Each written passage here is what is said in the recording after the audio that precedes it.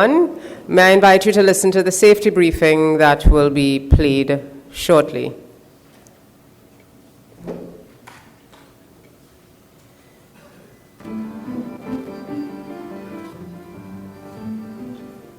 Welcome to the Arthur Lockjack Graduate School of Business. Please pay attention to the following safety procedures and house rules.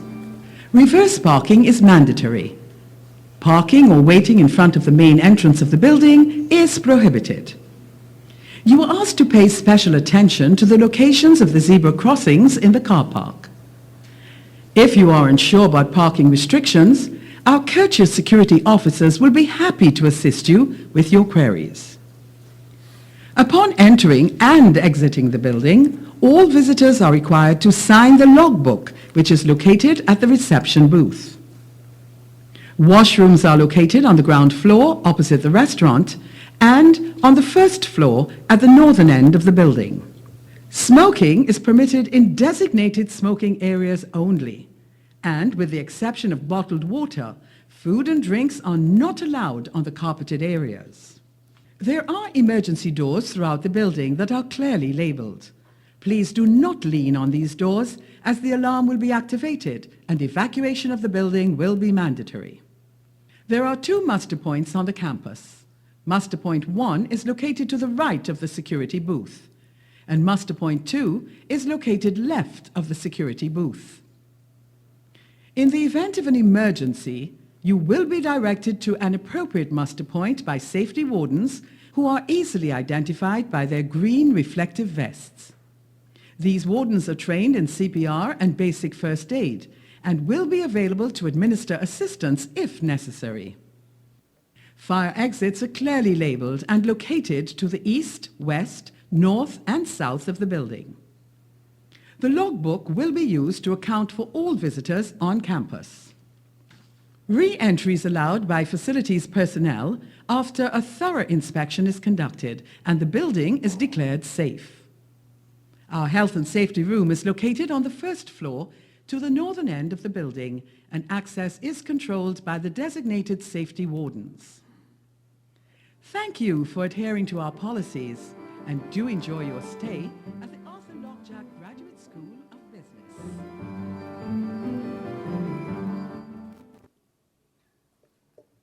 May I invite you to...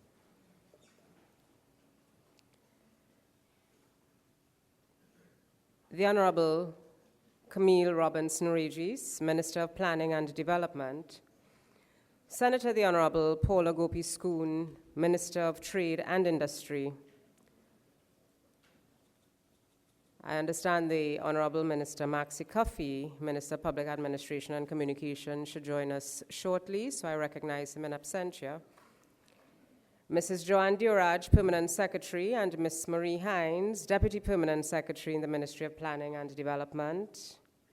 All other permanent secretaries and representatives of the public sector. Mr. Tomas Bermudez, Country Representative of the Inter-American Development Bank, and all representatives of the IDB present with us today. Distinguished panelists, particularly those who've come in on this occasion from abroad. Specially invited guests, representatives of the media. Good morning. My name is Marlene Atz, and I am the chairperson and moderator of today's proceedings. It is my distinct pleasure on behalf of the organizers, the Ministry of Planning and Development and the Inter-American Development Bank, to welcome you all this morning. Today marks the culmination in one sense, and also the beginning in another sense, of a process that started several months ago. Today is the initiation of the Global Services Promotion Program, which is one program that seeks to contribute to national development in Trinidad and Tobago, while simultaneously demonstrates the ongoing and fruitful collaboration between the government of Trinidad and Tobago and the Inter-American Development Bank, the IDB. My first task this morning is to invite the Permanent Secretary in the Ministry of Planning and Development, Mrs. Joanne Duraj, to make opening remarks on behalf of the Ministry.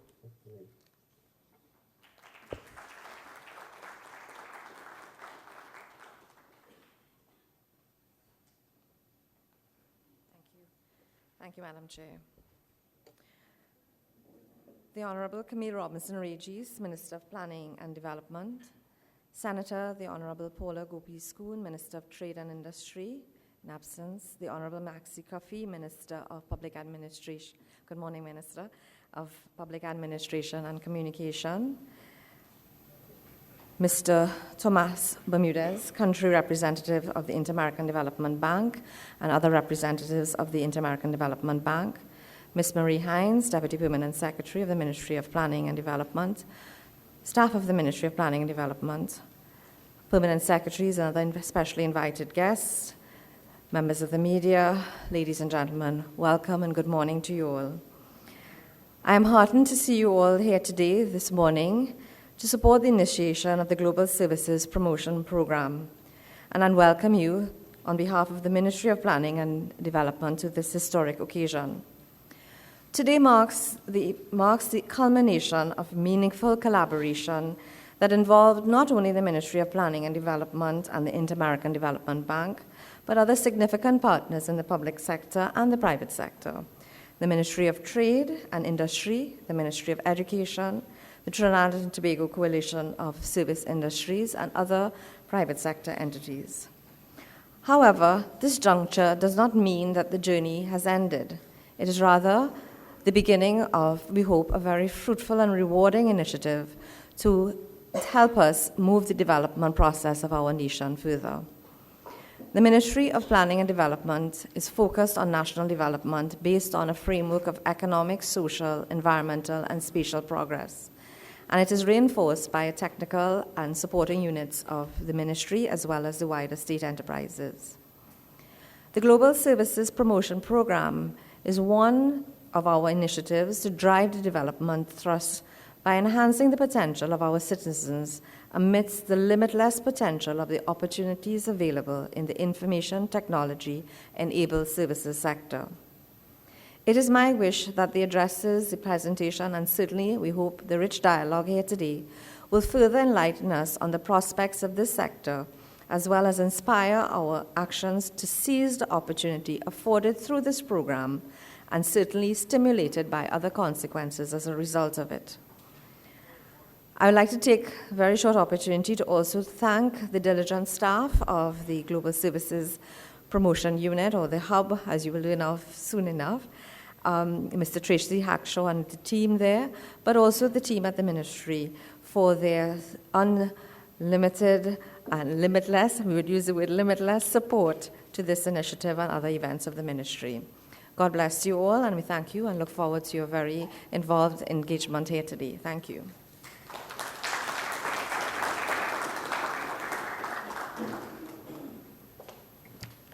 Thank you, PS. You will note on the program that we originally had scheduled the IDB country representative to speak now.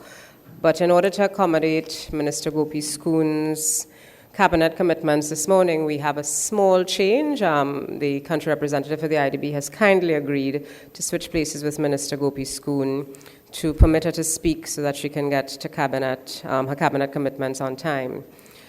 As you will hear more about the Global Services Promotion Program later this morning, but in brief, this program seeks to provide an innovative response to the human capital gaps of business in the IT-enabled sectors.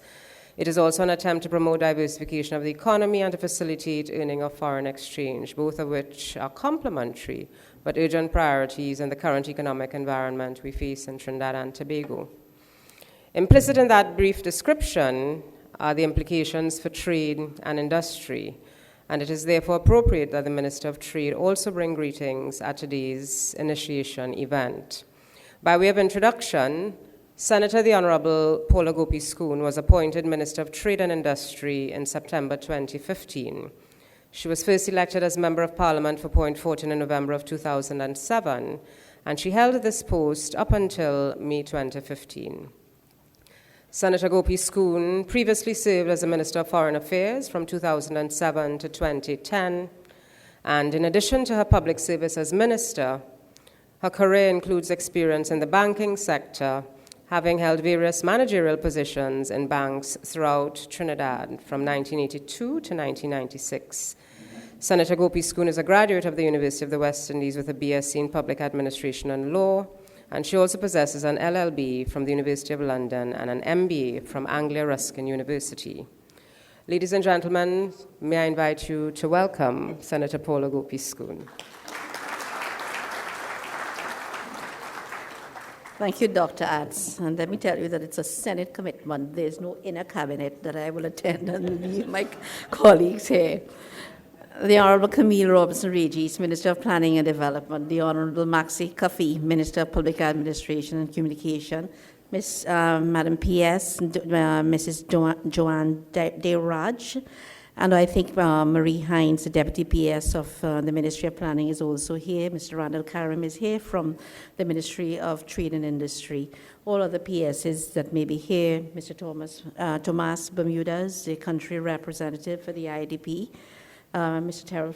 Terence Farrell from the EADB, very distinguished panelists as well, members of the media, ladies and gentlemen, all good morning to you all. And let me say that I'm happy here to be here to join in the initiation of the Global Services Program, Promotion Program and Skills for Global Services. Ladies and gentlemen, given the economic realities of depressed commodity prices and lower domestic production levels, there's an urgent need to create new sectors, new areas, and new business models that will allow for Trinidad and Tobago to earn new revenue streams, of course, and foreign exchange. And it is in this context that account must be taken of the contribution of the services sector, which has long been a pillar of our economy. It is critical to Trinidad and Tobago's future economic development and accounts for 54% of the GDP and allows for the creation of value-adding and knowledge-based opportunities that are aligned with our national resources, and in particular, our human resource and skills development capacities. The services sector has been recognized as a viable and significant source of foreign exchange for Trinidad and Tobago. And you'll be surprised, for the last 5 years, according to balance of payment accounts, Trinidad and Tobago's service exports grew from $868 million in 2010, that's US dollars, to US $1 billion in 2015, with the main subsectors being transport, financial services, and tourism. The services sector as a whole employs 80% of the national labor force. That's a fact that few of us are aware of and appreciate. Despite, however, the importance of our services sector, services exports, while growing in recent years, and not at the levels that it could be, in part due to the underutilization of technology. And this is in part evidenced by the 2015 World Economic Forum's Global Information Technology Report, which ranks Trinidad and Tobago favorably on indicators that measure the availability of technology, but very poorly on indicators that measure the utilization of such technology. And it is that the Global Services Promotion Program is an important step in bridging this gap and accelerating our use of technology for productive purposes and long-term and sustained growth. And one of the most important outcomes of this Global Services Program is the role that it will play in the diversification of the national economy. And in its diversification drive, the Ministry of Trade and Industry is spearheading specific policies and programs to take advantage of the nexus between IT and services, as well as IT as services. The Ministry of Trade and Industry has already set in motion the implementation of a national services policy, inclusive of an action which will be implemented during the third quarter of fiscal 2017. Undoubtedly, this will assist us in better understanding our strengths and weaknesses in developing and exploiting existing and new businesses in the services sector, especially those that are IT-related. So today marks the initiation of the Global Services Promotion Program, and I just wish to highlight that the Ministry of Trade and Industry has been working assiduously over the past 7 years to create an environment in which IT is used to promote efficiency, transparency, cost effectiveness, and bridge the gaps through IT services that exist between government, the private sector, and citizens. And after 3 phases of development, and with more than 6,500 registered users, TT BizLink currently hosts 46 transactional e-services administered by 24 government departments across 9 separate ministries. The Global Services Program, led by the Ministry of Planning and Development, will go hand in hand with the work of TT BizLink and ensure that our economy is not left behind by adopting technology to forge a path of sustainable growth and development. The improvement of government services through the utilization of technology will continue, as already the government has begun work with the IDB to enhance the trade performance and business facilitation environment in Trinidad and Tobago, again, by strengthening TT BizLink, that platform, at a cost of $25 million over 5 years. In order for Trinidad and Tobago to facilitate IT-enabled services, an enabling environment, infrastructure, and regulatory must be in place, especially if those services such as accounting and financial analysis, call center services, architectural drawings, health record transcription, among other services, are to be developed for export and to compete with countries within and outside of the region. And I wanted to just say a little bit about TAMNA Industry and Technology Park as it ties in. And it is an example of one such space that will create a center for technology firms in both services and manufacturing. And it forms part of the government's larger Special Economic Zones initiative. The government has already installed and tested the fiber optic broadband network throughout phase 1 of the park. And all of the completed civil engineering works on the 21 lots. The completion and full operationalization of the TAMNA Interpark is a priority for the government, and it is fundamental to the success of the Global Services Promotion Program and Skills for Global Services. But while large investors and rooms filled with hundreds of technical workers are important, we cannot overlook the hundreds and possibly thousands of individuals who are confident and skilled enough to export their services or products across the world, needing little more than a device with an internet connection. And this is why the ministry again is forging ahead with a national e-commerce policy and participating in the e-business roundtable to bring forward our knowledge and understanding of the services sector to help develop a stronger, a more secure regulatory platform in which e-commerce can evolve. In closing, the global IT-enabled services market has been one of the most dynamic of the 21st century and has increased almost exponentially in recent years. ICT is an essential element of any country's development in the 21st century, underpinning the creation of a modern, competitive economy in a knowledge and technology-driven world. Trinidad and Tobago has far too long sat back idly and seen other countries move ahead in this area. We have significant and skilled human capital, advanced telecommunications infrastructure, and native English speakers, and we're in a relatively strong regulatory environment. But we need to use these strengths to our advantage. If we are to become synonymous with high-quality services, competitiveness, and productivity, this Global Services Promotion Program is a necessary and essential step in doing so.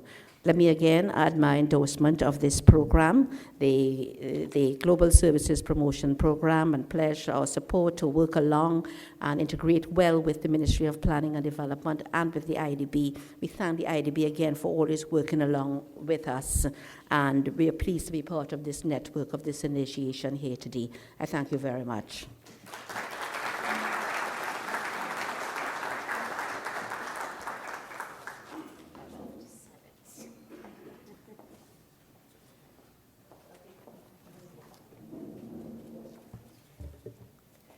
Thank you, Minister, and thank you for spending some time with us this morning. As Minister mentioned, the IDB and the government of Trinidad and Tobago have had a long history of fruitful and positive collaboration, including we have benefited significantly from the technical assistance offered by the IDB. The IDB has, of course, been instrumental in supporting the Global Services Promotion Program through its country office in Trinidad, which is now headed by Tomas Bermudez. Tomas Bermudez is responsible for managing the bank's sovereign and non-sovereign portfolio in Trinidad and Tobago, as well as the IDB's Technical Assistance Initiative. Prior to his assignment as country representative for the IDB in Trinidad and Tobago, He was the IDB's country representative in Panama, head of equity investments of the Inter-American Investment Corporation, which is an affiliate of the IDB, and he has also been the manager of the IIC China Equity Fund. Mr. Bermudez was vice president of debt capital markets for the BBVA Securities in New York, in charge of fixed income and syndicated loans transactions in Latin America. He has a BA and an MBA from American University in Washington, D.C. I now invite Tomas Bermudez, the IDB country representative for Trinidad and Tobago, to give remarks on behalf of the bank.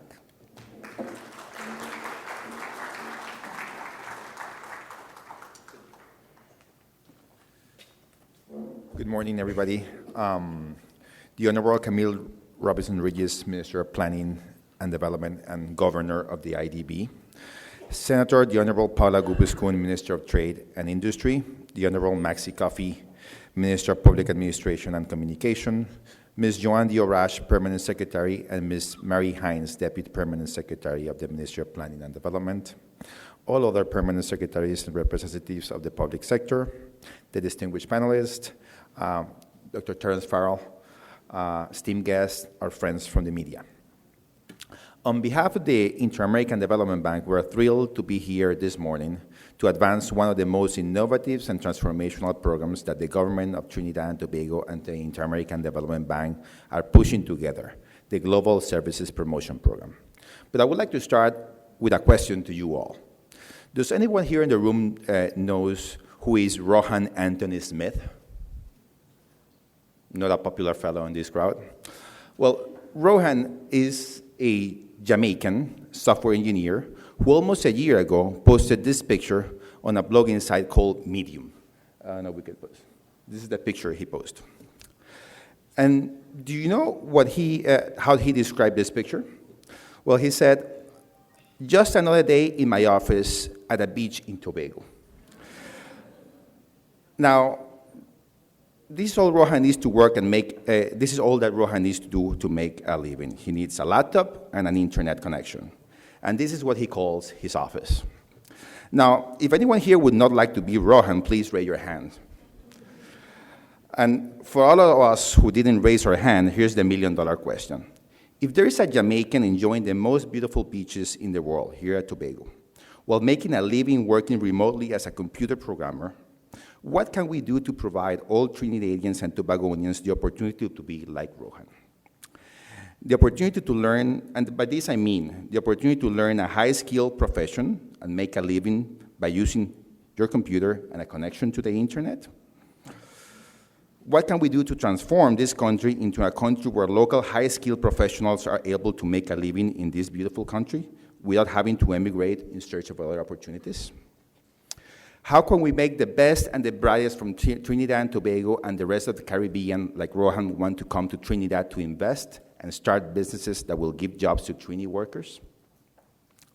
The Global Services Program is an attempt by the government of Trinidad and Tobago and the Inter-American Development Bank to do exactly this, to prepare the country for the future, a future where the high value-added knowledge will be the currency and jobs will look like a computer screen. A future that won't make us sweat or run every time the price of energy goes down. A future where we can offer the best of Trinidad and Tobago talent and creativity to a huge world connected through technology. To get there, we have a lot of work to do. The private sector is waiting for us in the delivery of these results, so we have to be diligent to do this on a timely fashion and expedient way to be able to deliver the resources of these programs. The Global Services Promotion Program seeks to equip people and local companies with the knowledge and skills that the global market of services is demanding today. In fact, 2 months ago, we had folks from Google come here and teach local entrepreneurs about the latest trends in mobile apps development. And we expect to continue doing more trainings like this in the coming months with companies like Google, but we're also talking and discussing with companies which are well-known names in the technology industry to bring them to Trinidad as well in this coming year. We're also looking forward to inaugurate the Global Services Hub, a space that will gather the ecosystem and offer free individual workspaces, training, and even office spaces for startups. We're working at full speed with the government to have the space ready as soon as possible. And in the meantime, I guess we will have to share the workspace with Rohan. This is an effort that requires broad national consensus, regularly updates and promotion efforts. That's what we're proud of the alliances we built with the Ministry of Trade and Investment, the InvestTT, Export-TT, and the Trinidad and Tobago Coalition of Services Industries. To them, we say thanks for your support, and we welcome the opportunity to work with any other institution willing to support this effort.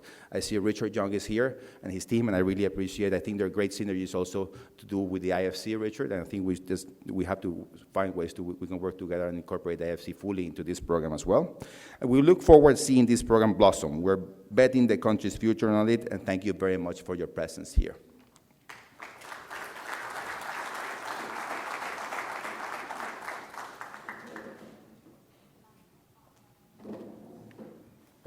Thank you for those remarks on behalf of the IDB, Mr. Bermudez. The other key partner in today's event is, of course, the Ministry of Planning and Development. By its very mandate, the Ministry of Planning has a pivotal role to play in the national development landscape. It is therefore no surprise that the leader of this ministry is the Honorable Camille Robinson-Regis.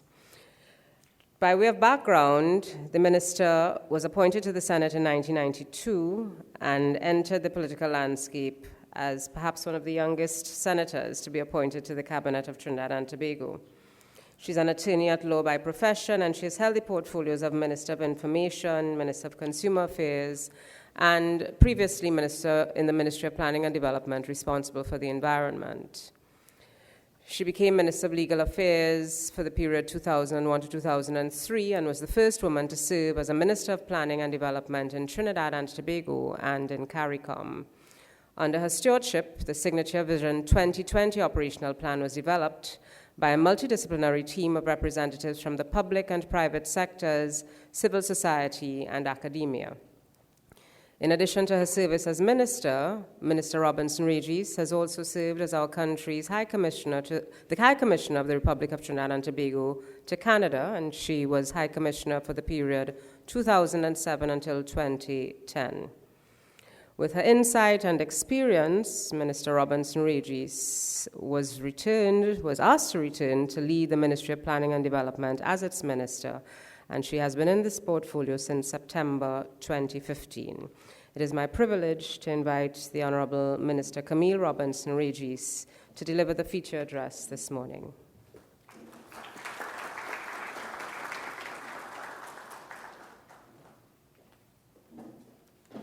Thank you very kindly, Marlene.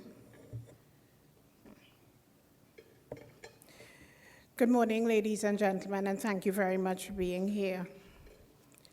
The Honorable Maxi Cuffy, Minister of Public Administration and Communication, Mrs. Joanne Dioraj, Permanent Secretary, and Ms.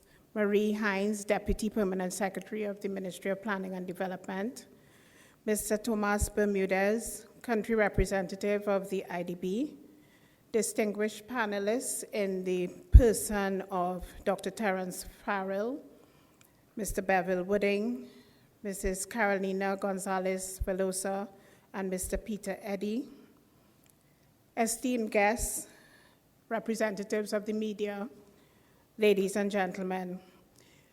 For me, it is indeed a pleasure to welcome you here this morning as we launch what is arguably for us one of the most exciting projects being undertaken by the Ministry of Planning and Development. That we do so at the commencement of the year is also very heartwarming, excuse me, as it augurs well for what is to come for the rest of 2017. Indeed, I could think of no better way to signal our intention that this year, 2017, is going to be one of delivery, one of transformation, and one of growth. Allow me as well to thank all those who have joined us on the live internet feed, excuse me, and on the radio in this age of the digital economy, when the currency of choice is information that is delivered quickly, uncensored, and is of relevance.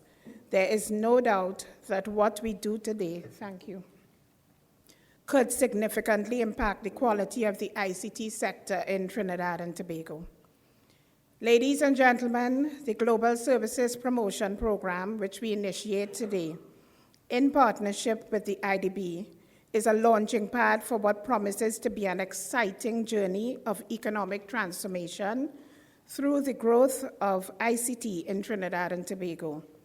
At the height of its execution, it will offer a multitude of opportunities for employment and for business creation. All that is required from us is the capacity to seize the limitless possibilities emanating out of the information technology-enabled services sector, whilst simultaneously sharpening our competencies, our skills, and our human capital. One of the features of this morning's exercise is the opportunity to highlight your role in the identification of the human capital requirements and implementation actions needed to help Trinidad and Tobago develop the required skills to achieve the vision we are laying out together.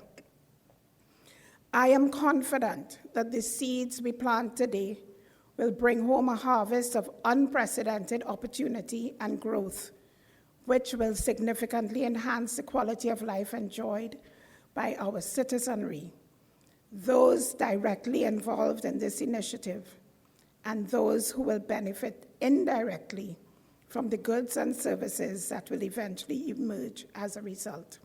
Excuse me. Yeah, it makes everybody clear their throat.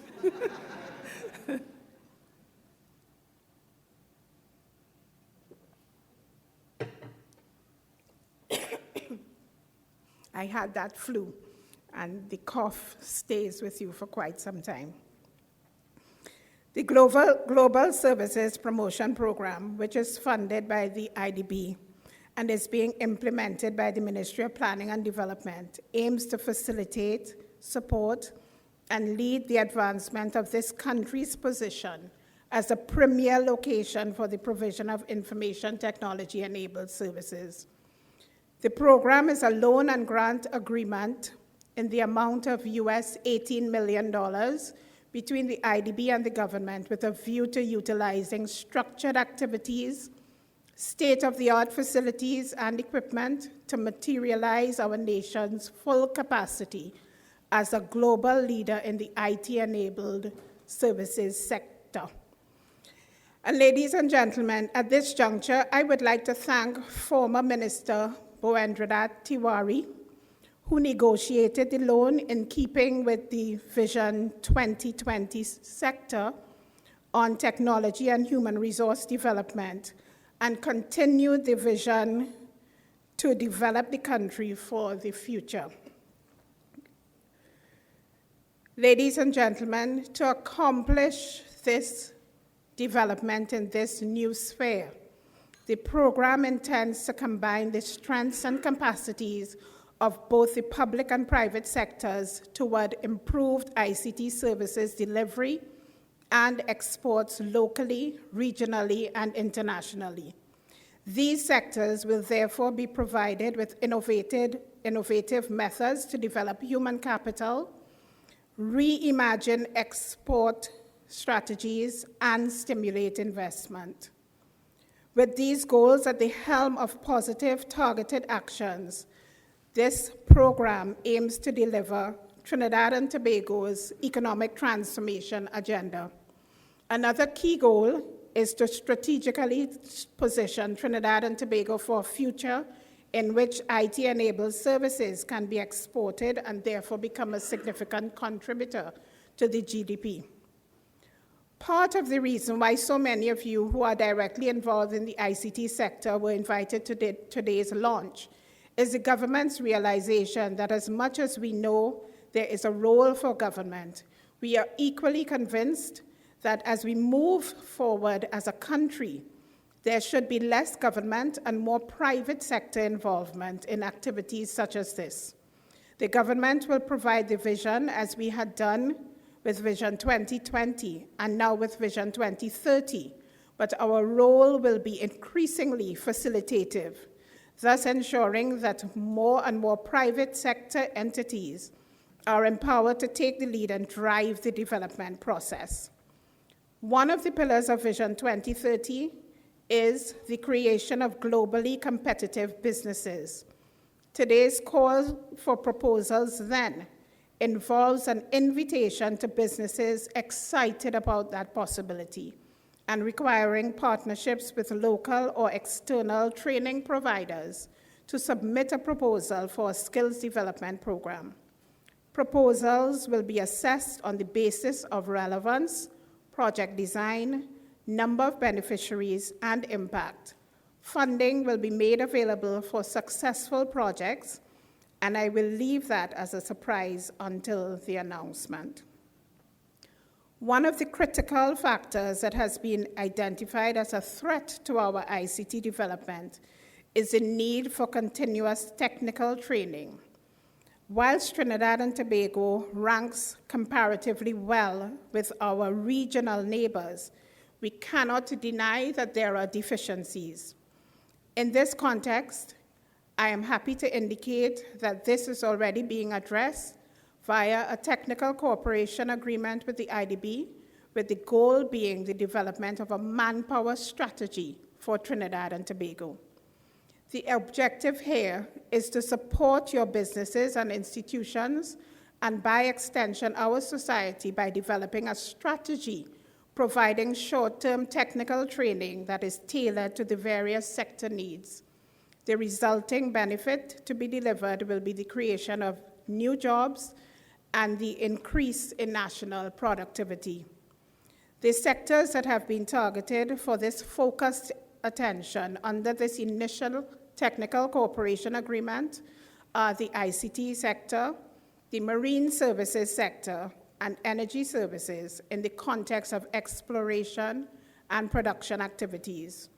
You will recognize, I hope, the nexus between these targeted areas and the country's strategic direction over the next few years with respect to the diversification of the national economy.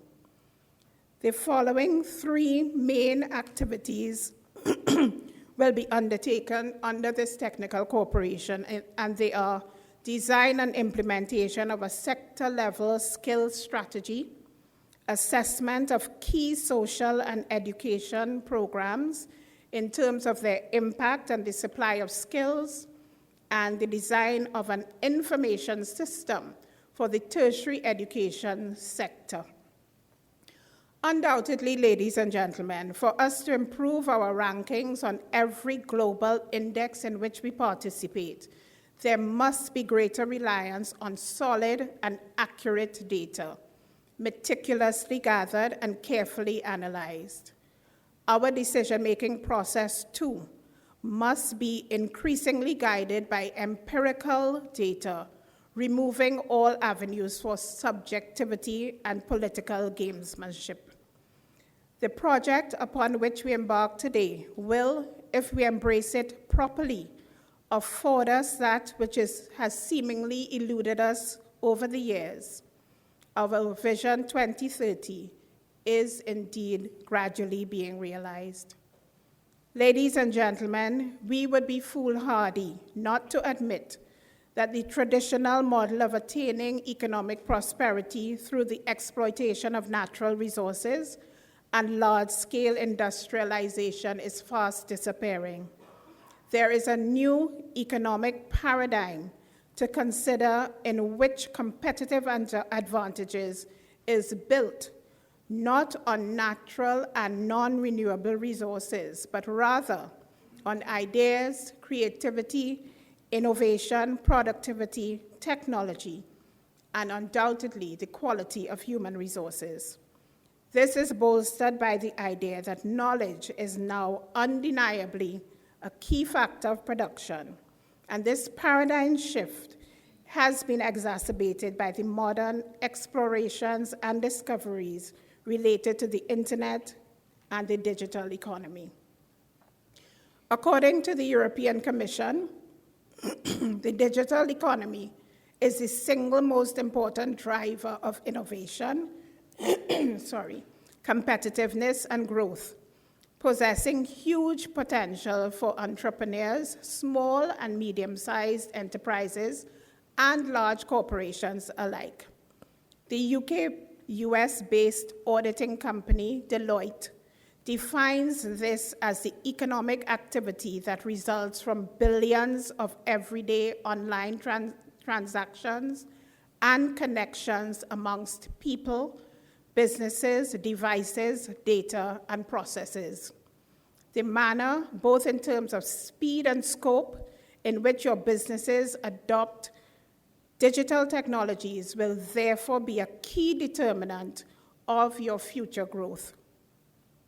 New digital trends such as cloud computing, mobile web services, smart grids, and social media are radically changing the business landscape, reshaping the nature of work, the boundaries of enterprises, and the responsibilities of business leaders. These trends have the potential to do more than just enable technology innovation. They can enable innovation in business models. Globally, one of the best-known IT-enabled services success stories is India. In 2008, total exports of these services from India stood at US $40.4 billion. That country's IT services industries contributed 1/4 of the country's total exports and half of the service exports in 2007. In the United States, the digital economy has had a remarkable effect on jobs and growth. In fact, in 2014, the US exported roughly $400 billion in ICT-enabled services, which accounted for more than half of the US's service exports. The Northeastern Europe nation of Estonia, with 1.4 million people, has also had noteworthy success in promoting a technology-based information society. In Trinidad and Tobago, we are on the verge of moving in a similar direction. When selecting an investment destination for the information technology-enabled services industry, a Duke University study found foreign investors consider 5 variables, and they are as follows. 1, the country's cost structure, that is wages, infrastructure use, taxes. 2, the current and potential availability of qualified human capital. 3, the country's business climate, political stability, regulatory environment. 4, the infrastructure quality. And 5, geographical and cultural proximity. In this context, Trinidad and Tobago is therefore poised to seize the opportunities being presented by the IT-enabled services sector. You would recall, ladies and gentlemen, the government's stated intention to implement a national broadband strategy and the recent launch of free Wi-Fi services on selected PTSC routes by the Minister of Public Administration and Communications. And he is also working on the implementation of the national broadband strategy. These initiatives, when combined with what we launched today, place Trinidad and Tobago in a proper place to achieve the broader ICT goals we have set and as part of our vision. One piece that remains missing is you, our private sector partners.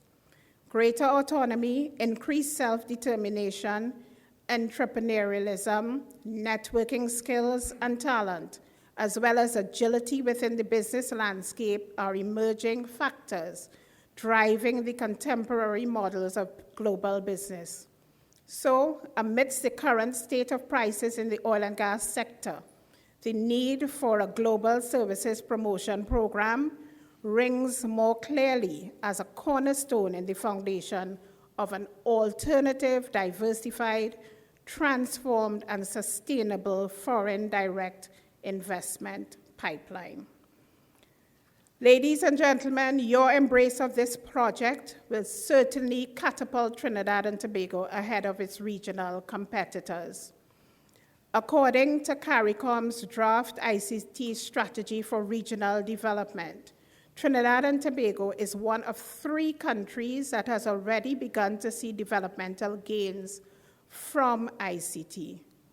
Globally, though, on the Digital Opportunity Index, we are currently ranked 59th out of 181 countries, a ranking which places us behind Barbados, Bahamas, Antigua and Barbuda, St. Kitts and Nevis, Jamaica, and Dominica. The government is convinced that there are immense opportunities for this sector in Trinidad and Tobago, and 2 recent announcements are of tremendous significance in this regard. The first was the launch of the new driver's permit, which, through the use of technology, allows for a far more efficient and cost-effective solution. And the second was yesterday's introduction of the Uber transport facility, but we know that has some problems. So I'm not going to go into what I had proposed to say about that. So I'll just pass that part of the speech. Yes, I'm going to pass that. The Parliament currently has before it as well the Electronic Transfers Act, which will go a very long way in facilitating more technology-driven financial transactions. All of this, ladies and gentlemen, points to the government's investment in technology as a means of improving the daily lives of our citizens.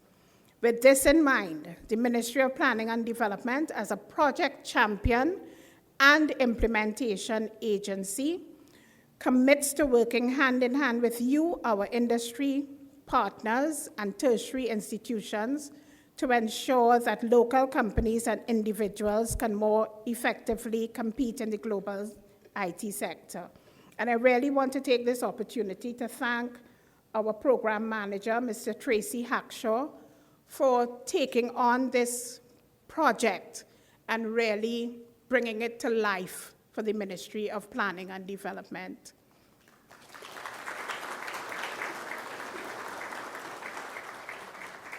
He has definitely made us in the ministry very excited about this project.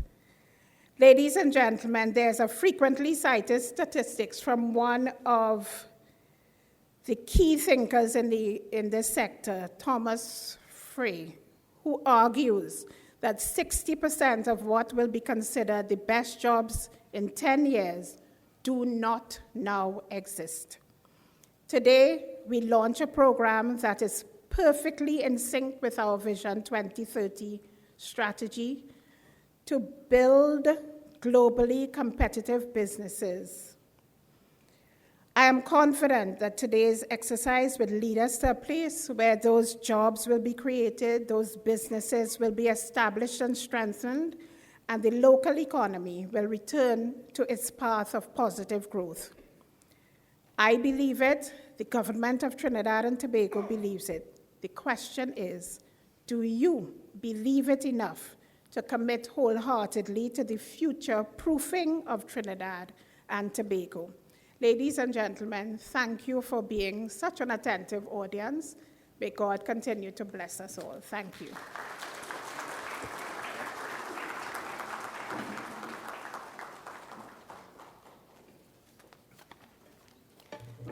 Thank you, Madam Minister, for setting the stage and putting in national context what we have embarked on here today in terms of the Global Services Promotion Program.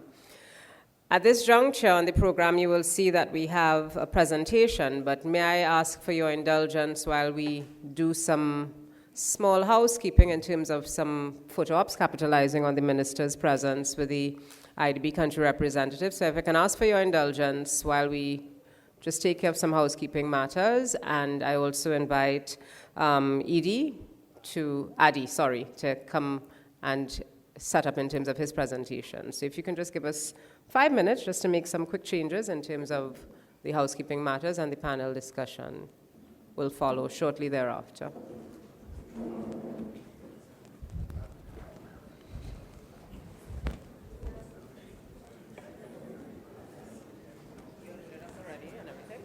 Hello, yeah.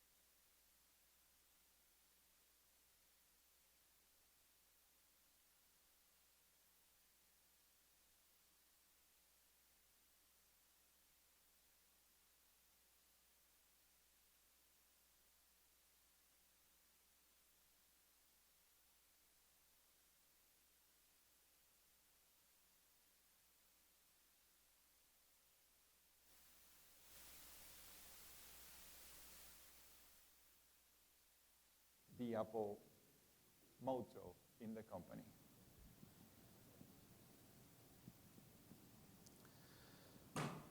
Think different. This is an Apple ad, I was telling Minister. And this is a script that Apple used to describe what the company stood for in 1997 and how it described itself to the public in those days, before the iPhone, the iPod, anything was out, when they were first starting back. And it read, "Here's to the crazy ones, the misfits, the rebels, the troublemakers, the round peg in square holes, the ones who see things differently. They are not fond of rules, and they have no respect for the status quo. You can quote them, disagree with them, glorify or vilify them.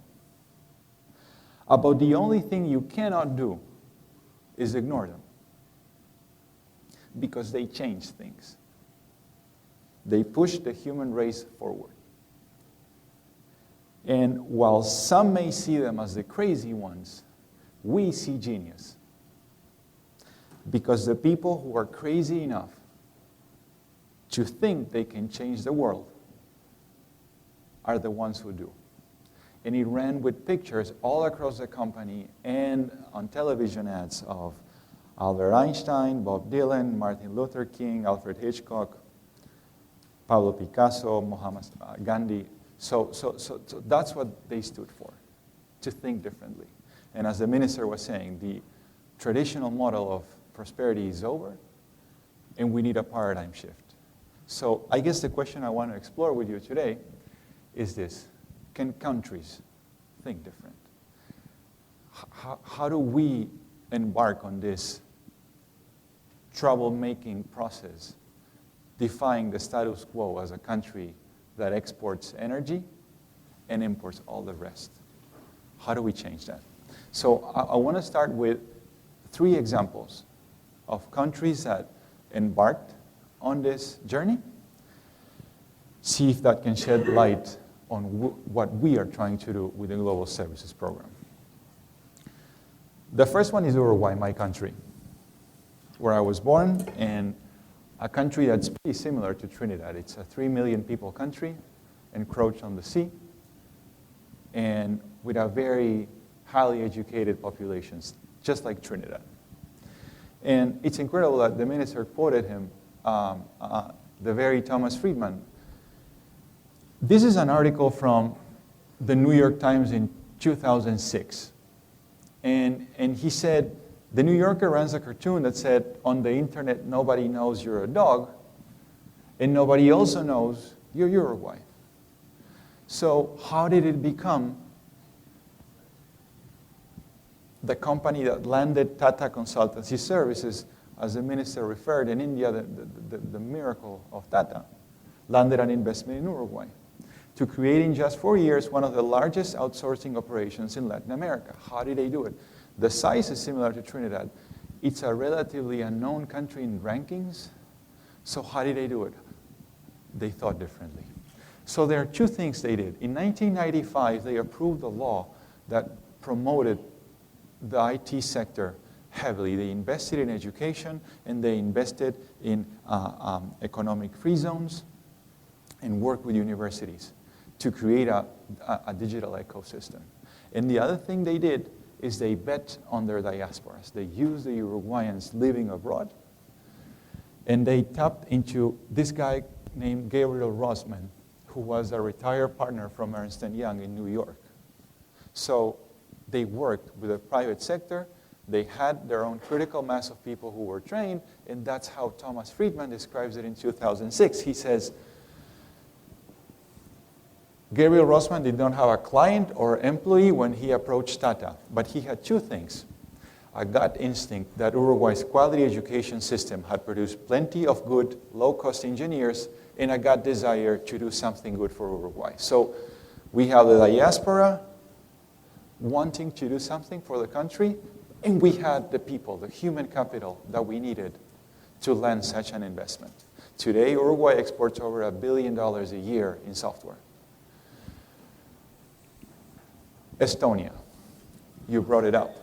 So it's amazing how names keep coinciding. So let's take a look at the case of Estonia. See if it starts ringing bells. E-Estonia, they call themselves E-Estonia, the E-Society. And this is the then president of Estonia in the webpage of the country. E-Estonia is a webpage, the national webpage of the country. And they call themselves one of the most advanced e-societies in the world, an incredible success story that grew out of a partnership between a forward-thinking government, a proactive ICT sector, as we are both part here today, and a tech-savvy population. The government working with, can you turn the volume up, please, of the microphone? The government working with the private sector and training people. That's Estonia. And there is another part of the vision that we're laying out, which is, these are lofty goals for a 1.3 million people country. They want to have 10 million Estonians by 2025. They want to grow by 1,000% in 10 years. And despite this and a brutal tear-jerking national history where the past 500 years have seen less than 60 years of independence, Estonia is eternally optimistic. So they laid out a vision, a 1.3 million people country, 60 years of independence, and a grand vision where the government, the private sector collaborated to train people. Does it ring a bell? This is the bell it rang. They created Skype. Skype is from Estonia. When is the next story that we're going to tell ourselves about the Skype type of company we will create in Trinidad? It's possible they did it. They are not bigger. We don't have history with wars and Russian invasions. So to some extent, we're better positioned to than the Estonians to do it. We can do it. It's a story we can tell. We should be telling. And then it's Israel. Another grand vision. 10 million Estonians. The startup nation. Everybody knows if you go to Israel, you're going to start a technology company or you're going to work for one. But that's how they describe themselves. The story of Israel's economic miracle. So they branded a large vision. And there are three basic ingredients to their success that I want to talk about. First, look at the names of the companies that landed investments in Israel. Let's start with the first six: Google, Microsoft, Intel, Apple, IBM, General Electric. How did they do it? It's a difficult place to live for people. And they pulled it off. So, first of all, they have amazing universities. The Technion, the Institute of Technology in Haifa, is possibly one of the top 5 schools in the world. A couple of years ago, the city of New York bid it out, part of Roosevelt Island, to the best university who could teach New Yorkers engineering. And the 3 finalists were Cornell, Stanford, and the Haifa Institute of Technology, the Technion. So they have great education. They have an office of the chief scientists who gives away hundreds of millions of dollars a year, hundreds. And they do it investing in seed funding in dozens of companies. They don't expect all of them to succeed. They don't expect all of them to become Skype, but they just take the risk. They are risk-seeking government trying to invest in the next big thing. And they take it and they take it until they finally land these kinds of companies. And the third one, which is possibly the most out-of-the-box idea of all, is this. Between 1988 and 2000, 1.3 million Russians immigrated into Israel. 1.3 million people out of a country that by then was 4.5 million people. So they brought in 25% of their country. Qualified Russian engineers, possibly the best in the world. They had a law of return so that every person with Jewish ancestry had automatic citizenship into Israel. And that's when it boomed. This is exactly a period that coincides with Israel growing, bringing in the best and the brightest into the country.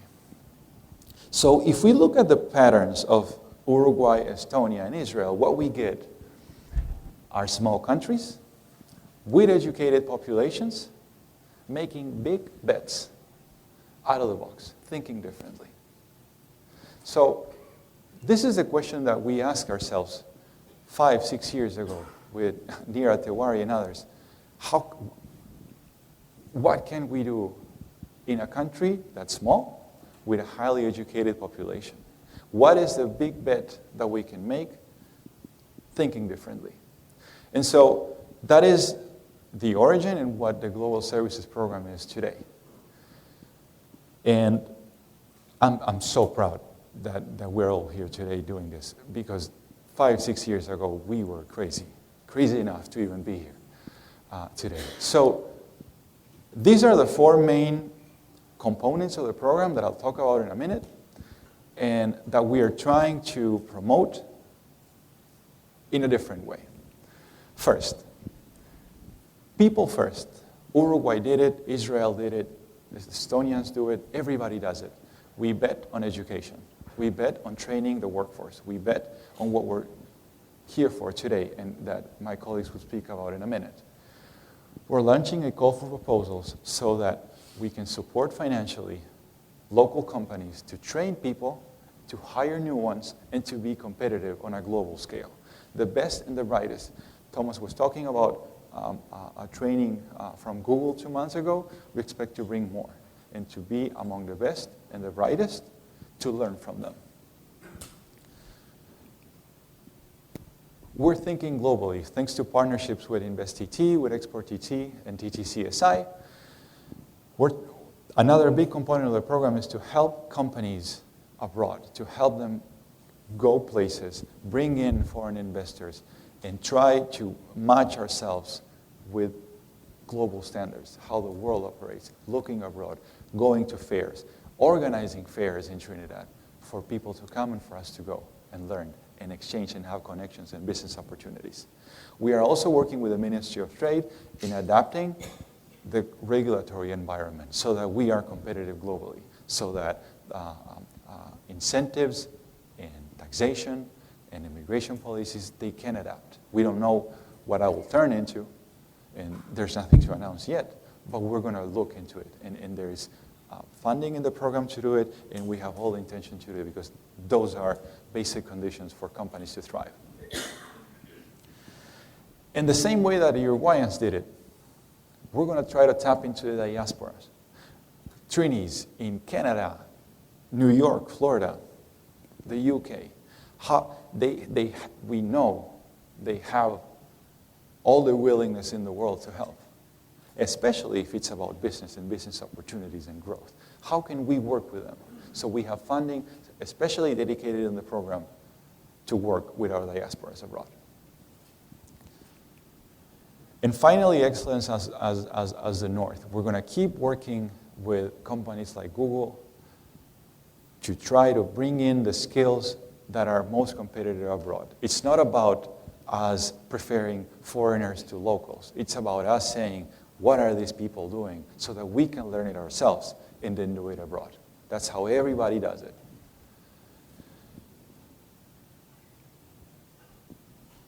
And we hope to materialize this vision into something tangible, a place where people can go and connect, and businesses can learn new things. And all these trainings can take place somewhere that we can match entrepreneurs with local companies, with people looking for jobs.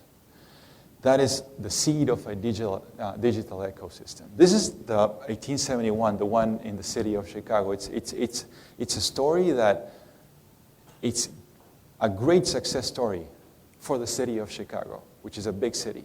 And they started it, and it works. It's a beautiful place where people like to spend time. We're hoping to achieve the same in our place that we have in Chaguanas. and that we hope to have ready very soon. And finally, I want to highlight the importance of the government working with the private sector on this. This is something that we've seen in the other examples that it works, but we've also seen today. Today, this is the model. This is the inauguration of 1776, the hub that the city of Washington, D.C. has. And here's the president of the U.S., soon to be former president, inaugurating it. And so it's very important that we keep continuing supporting the program, and we're so proud at the IDB that we're doing this together with you. We truly hope that this will be transformational because we trust that we are crazy enough to think we can change this country. And so we'll actually do it. Thank you so much.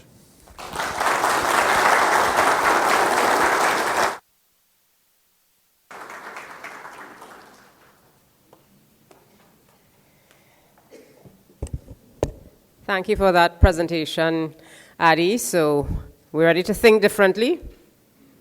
Oh, okay then. All right. You left a lasting impression. Okay, we now move on to drilling down a little further to the panel discussion, and I would wish to invite our esteemed panelists, Dr. Terence Farrell, Mr. Bevel Wooding, Carolina Gonzalez-Velosa, and Peter Edie, yes, to join us on stage. It's both sides, Carolina, for you.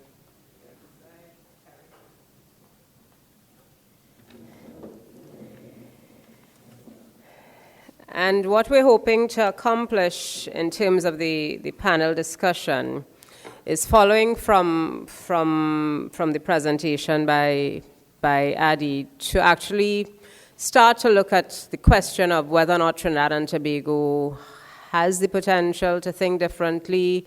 How can we go about doing this? Learn some examples from our neighbors in Barbados. I'm going to introduce the panelists in a little while, but actually also engage you, the members of the audience, in a more interactive way. So I understand that there are opportunities for you to pose questions, and I imagine that information would have been shared with you at some point in time in terms of how you can go about submitting those questions, and we will pose them to the panelists. So in terms of how we're going to start the session, I will first introduce the panelists, and then we're going to have about 7 to 10 minutes per panelist in terms of their initial sort of contributions, which would have been provided to them in terms of the brief that the ministry would have sent them prior to today's event. And then we're going to engage in a round of questions. I'm going to use the chair's prerogative by posing the first question while we get the questions from the members of the audience. So by way of introduction, if I can start to my immediate right and introduce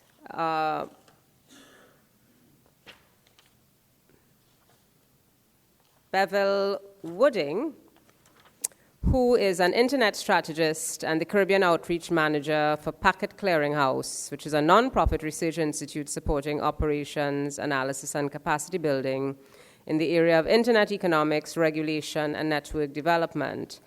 He's also a global director and the chief knowledge officer of Congress WBN, a global faith-based non-profit advocating values-based leadership and human development. He works with organizations regionally and internationally in the public and private sectors and serves as an advisor to several Caribbean governments and regional institutions, including the Organization of Eastern Caribbean States, the Caribbean Telecoms Union, the Caribbean Court of Justice, and he, of course, advises on areas pertaining to technology, education, cybersecurity, and the digital economy. Mr. Wooding is a commissioner on CARICOM's Human Resource Development Commission, a founding member and executive chair of the Caribbean Network Operators Group, and the Caribbean Pairing and Interconnection Forum, both volunteer communities of network operations and technology stakeholders. Next to Bevel, to his left, is our colleague Peter Anderson Edie, who is a certified executive chef and certified Caribbean hospitality trainer. He's a graduate of the prestigious and this is where my secondary school education came in a little handy. He's a graduate of the prestigious École de Gastronomie Française Russe Escoffier Paris. A little bit of showing off as well, yeah. Where he received Le Grand Diplôme. Well, they gave it to me in French, so I guess I had to do something with it. All right, he's the chief instructor at the Barbados Hospitality Institute for 15 years before venturing into his own catering and restaurant operation. In 2006, he developed the Junior Dueling Challenge, a program in which approximately 80 Barbados secondary school students are trained annually in the field of the culinary arts while preparing them for the culinary competition. Since the JDC's inception, that's the Junior Dueling Challenge competition 11 years ago, Peter has developed the program into a Junior Caribbean Culinary Conference, which includes a collection of workshops and seminars, as well as a cooking competition specially designed for the youth. And from the brief that I was given, Peter's contribution is going to complement in a very significant way Carolina's contribution, but I won't say anything more at this point in time. Through his television production company, Peter records and broadcasts these programs across the region, and there's been a change through these programs. There's been a change to the way in which the culinary industry is viewed, where it is no longer seen as a default occupation, but rather a profession of choice. So welcome again, Peter. To Peter's left, my colleague who needs little to no introduction, no stranger to many persons here today, Dr. Terence Farrell, who has worked extensively in both the public and private sectors. He's a former director of research at the Central Bank of Trinidad and Tobago and also former deputy governor of the Central Bank. At the Central Bank, Dr. Farrell was involved in key policy initiatives including debt restructuring and IMF programs for Trinidad and Tobago during the period 1987 to 1991. He also was involved in the exchange control liberalization and the flotation of the Trinidad and Tobago dollar in 1993. And other related activities while he was at the Central Bank. Within the private sector, Dr. Farrell was a regional manager for a regional IT services company from 1995 to 97. He was group executive director at Guardian Holdings Limited from 1998 to 2005. And in that particular capacity, he had responsibility for strategy and business development. And he was also president of Guardian General Limited from 2005 to 2006. Dr. Farrell, in addition to being an eminent economist, he also is qualified in strategy consulting and business development and legal advice and mediation. He's a director of Republic Finance Holdings Limited, Eastern Caribbean Finance Holding Limited, Tattel and Tattel Life, CREDI, the Catholic Tertiary Education Institute. Apart from his career as an economist, Dr. Farrell also holds an LLB degree and an LEC from the Hewarding Law School. He was admitted to practice law in Barbados and in Trinidad and Tobago in 2013, and he's a certified mediator. He's a fellow of the Institute of Banking and Finance of Trinidad and Tobago, a member of the Chartered Institute of Arbitrators, and a member of the Caribbean Corporate Governance Institute. And in case you missed it, he's also the chairman of the Economic Development Advisory Board. And to my immediate right, our colleague from the IDB, Carolina Gonzalez Velosa. She's an economist at the Labor Markets and Social Security Unit of the IDB. She's an expert in labor markets in developing countries, particularly in the areas of skills, training, technical education, intermediation, migration, and evaluation of labor market interventions. At the IDB, Carolina has participated in research projects as well as in the design, implementation, and evaluation of labor market interventions in Colombia, Chile, Dominican Republic, Peru, and Trinidad and Tobago. Prior to joining the IDB, Carolina worked with the government in Colombia in the areas of fiscal policy and education, and was also a university lecturer in economics and econometrics in Colombia and also in the US. Her work has been published in leading academic journals and in the IDB flagship publications. She has a master's in economics from New York University and a PhD in economics from the University of Maryland. Ladies and gentlemen, join me in welcoming once again our panelists. So following on from the presentation which Adi gave, the purpose of the conversation, the panel discussion that we're having this morning, is to look at the potential of Trinidad and Tobago to be a key global player in the IT-enabled services sector, and to sort of flesh out that for this to happen, investing in skills development is paramount, and businesses should work hand in hand with government to develop a skills agenda. As Minister very appropriately said in her feature address, the idea is for the government to provide the enabling framework, but for this to be a partnership between government and other key stakeholders, including stakeholders from the private sector. And of course, academia will also be there. I recognize, for example, some colleagues from the Costa, Dr. Gillian Paul. I saw Professor Imbe from MIC and one or two of the other tertiary level institutions. And of course, not to be outdone, I'm from the University of the West Indies, one of the hats that I represent on occasions. So it's really to have this partnership moving forward. And the other thing that Adi pointed out in his presentation was the whole question about people first, education, the importance of education and training the workforce, thinking globally, but also thinking differently. So I wish to invite Bevel Peter, okay, all right. Peter will make the first contribution in terms of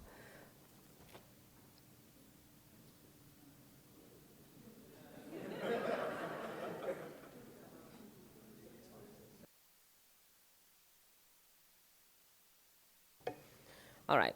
Small change in plan. We'll invite Dr. Terence Farrell, the chairman of the Economic Development Advisory Board, to make the first presentation. And I think some discussion questions would have been sent to you in terms of what do you see, from your perspective, some of the main challenges in transforming Trinidad and Tobago's economy? We saw the presentation, we heard what the minister had to say in terms of the path that the government is taking towards national development. And how do you see, from your perspective, this transforming the economy, and what do you think might be some of the challenges that we face?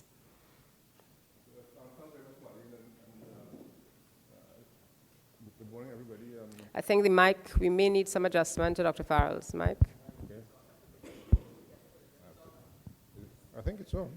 The light is on.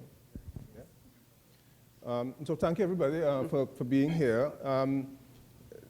The first thing I want to say, of course, is that there was a launch a couple of days ago down in La Brea, which was the platform for the Juniper Field, which was obviously a very important development for Trinidad and Tobago in terms of shoring up our natural gas production for the next couple of years. And of course, that industry is critical to Trinidad and Tobago's development and growth, at least for the next couple of decades. My own view is that this launch is no less important and perhaps more important than that one. Because the fact of the matter is that whether we like it or not, by 2030, this country stops being an oil economy, and that may well be within my lifetime. I hope to live until about 80 or so, if I can. And by 2050, we will no longer be a natural gas economy. And that's certainly within the lifetime of your children. And so therefore the question that we have to ask ourselves is, what does the country look like? What does this economy look like? How do we sustain our very high standards of living as a country in an economy without oil and natural gas? And that is why this initiative is extremely important to Trinidad and Tobago's diversification. The other thing I want to draw your attention, of course, is that there's a very interesting editorial in the Express today. The Express editorials have been quite variable lately, some quite good and some quite bad. This one was actually quite good because it spoke about that development in La Brea with the TOFCO platform going out to the Juniper Field, but it also pointed out something that I've said before in stuff that I've written and so on, is that one of the problems that we have in this country is that being an oil and gas economy is that every day people kneel down and they pray for the price of oil to go back up. The Minister of Finance talks about the price of oil going back up, and he's delighted it goes above 50 because he can get his SPT and so on. But the editorial makes the point that to the extent that we continue to pray for the price of oil to go back up, it means that our desire, our commitment to diversification of the economy is attenuated as a result of that. Because we continue to have an attitude and a mindset and a dependence, psychological as well as economic, on the oil and gas sector. That has to change. It must change. Our survival and the sustainability of the economy going forward simply depends on it. When the Economic Development Advisory Board was appointed in December 2015, a successor to what was then the Economic Development Board, which was created by the former administration, one thing that we did not do was to kind of say, well, that was their program and forget about it and start over. No, we didn't do that. We took up from where the previous Economic Development Board had left off, and I was very glad that the Minister in her speech, I think, complimented Minister Tiwari for signing on to this loan from the IDB, this initiative from the IDB. And although we are 5 years on in terms of getting this going, at least we are getting it going. And when the advisory board was formed and we saw this initiative, we were very excited by it. We felt it was absolutely the right thing for the country to be doing. It was critically important. And so we were very happy to help to move it forward and to try to get us to this point where we can have something like this, a kind of a public launch. But as all the speakers have said, we are just starting. It's an initiative which is just about getting off the ground. There's a lot of work to be done. Getting the private sector involved in the process is, of course, critically important. There are a couple of other things that I want to say by way of introduction. So we consider this initiative to be one of the pillars, if you like, of the country's diversification strategy going forward. And we have articulated that in what we have put forward to the Prime Minister in terms of where we need to be going. This initiative, critically important in that regard. One of the other things that was mentioned was that there's been a lot of emphasis and a lot of talk in what we've heard so far about the ICT sector and so on and so forth, and we're describing the program as an IT-enabled services and so on. The ICT is the foundation. It is the infrastructure that is necessary for all of the kinds of initiatives that could come out of this. So it's really not about ICT as such. ICT just simply enables these things to happen. But what is interesting about some of the initiatives which can come out of this is that they can range from the highest skilled occupations, from highly skilled computer programmers, from highly skilled accountants and lawyers at one end, down to people who have no skill at all. There is work outside there for people who are unskilled, because there are people who are sending work out there to people simply to recognize images and for which they are paid. It requires no skill other than human capacity. And secondly, it ranges from the highest level of corporate form and organization and strategy in the form of, say, business process outsourcing with call centers employing hundreds of people and so on, right down to the individual worker who is connected to nobody, no organization, no corporation. That is the scope of what we are talking about here today. And this is why the term limitless, I think, is really quite incredibly important. It covers that whole range, and it is ICT that facilitates and enables that. Now, the emphasis of what we are out about in terms of this program, a lot of the discussion has been and will be about the skills development and the skills training and the education and so on and so forth. And that is the supply side of the issue. What we also importantly need to address, and we are going to fail if we don't address it, if it's not addressed, is the demand side. We have to connect our skills and our people with a demand outside there. And that's the tricky part. That is really where it is going to be very challenging. And Adi talked about some of the kinds of initiatives that we can begin to take to begin to bring that demand to meet the supply of skills that we have. And one of them he mentioned is also one that the Economic Development Advisory Board has put forward to the Prime Minister in one of our advisory notes. We don't disclose our advisory notes, the contents of it, but we can say the ones that we have done. And one of them is on the diaspora and the engagement of the diaspora as a critical activity. We have put forward to the Prime Minister a number of initiatives that we need to take that can engage our diaspora.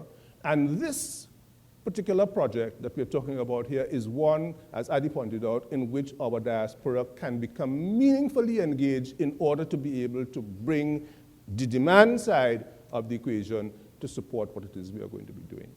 So with that, Master Ceremonies, I know you're going to shut me off. I would never shut you up. I would never do that. I would never do a thing like that. But thank you for that very important introduction, Dr. Farrell. And we're going to come back to have to take off on some of the points that you raised. But I want to invite Bevel, who's an internet strategist, chief knowledge officer, to describe briefly some of the key benefits to business that you have seen from your experience because of the increase in the use of IT-enabled services. If you can just sort of give us some kind of context for it. Good morning, everyone. Is this on? Yeah. Well, I think you're going to find there's a lot of overlap and repetition in terms of the panelists this morning. One thing that I think we can all agree on is that the need is urgent. We've heard, and for many of us, I think it still is sinking in just how close we are to the end of our dependence on a natural gas and oil-based economy. For some of you in this room, this would not be the first time you're hearing talk of economic diversification being an imperative or the need to invest in ICTs. We have been speaking about this for some time now. But there's something very different about the juncture that we're at now. And I can give you references from Trinidad and Tobago, from across the Caribbean and around the world, and they'll all say the same thing. We are inside of what many call the digital age or the age of the knowledge-based society. And inside of that age, there are some fundamentals that have to be attended to if new economic opportunities are to be seized and if new social order guidelines are to be drawn. And I want to frame my contribution in a particular context because, as Adi said, we can think differently, but then in saying we're thinking differently, we're looking at other nations and saying, let's do what they did, which is not quite different. I want to put it in the context of for any IT-enabled service that you can conceive of, there is a local need to be addressed before you turn to a global need. And if we want to look at how this economy can mobilize itself around IT-enabled services, then it makes sense for us to first look at that which is most proximate to us, right here at home. Some of the challenges and some of the issues that we're grappling with in the delivery of services to our own citizens. But with a mindset that says if we get it right at home, we can get it right in terms of how we provide services for those beyond our shores. You all with me? Mm-hmm.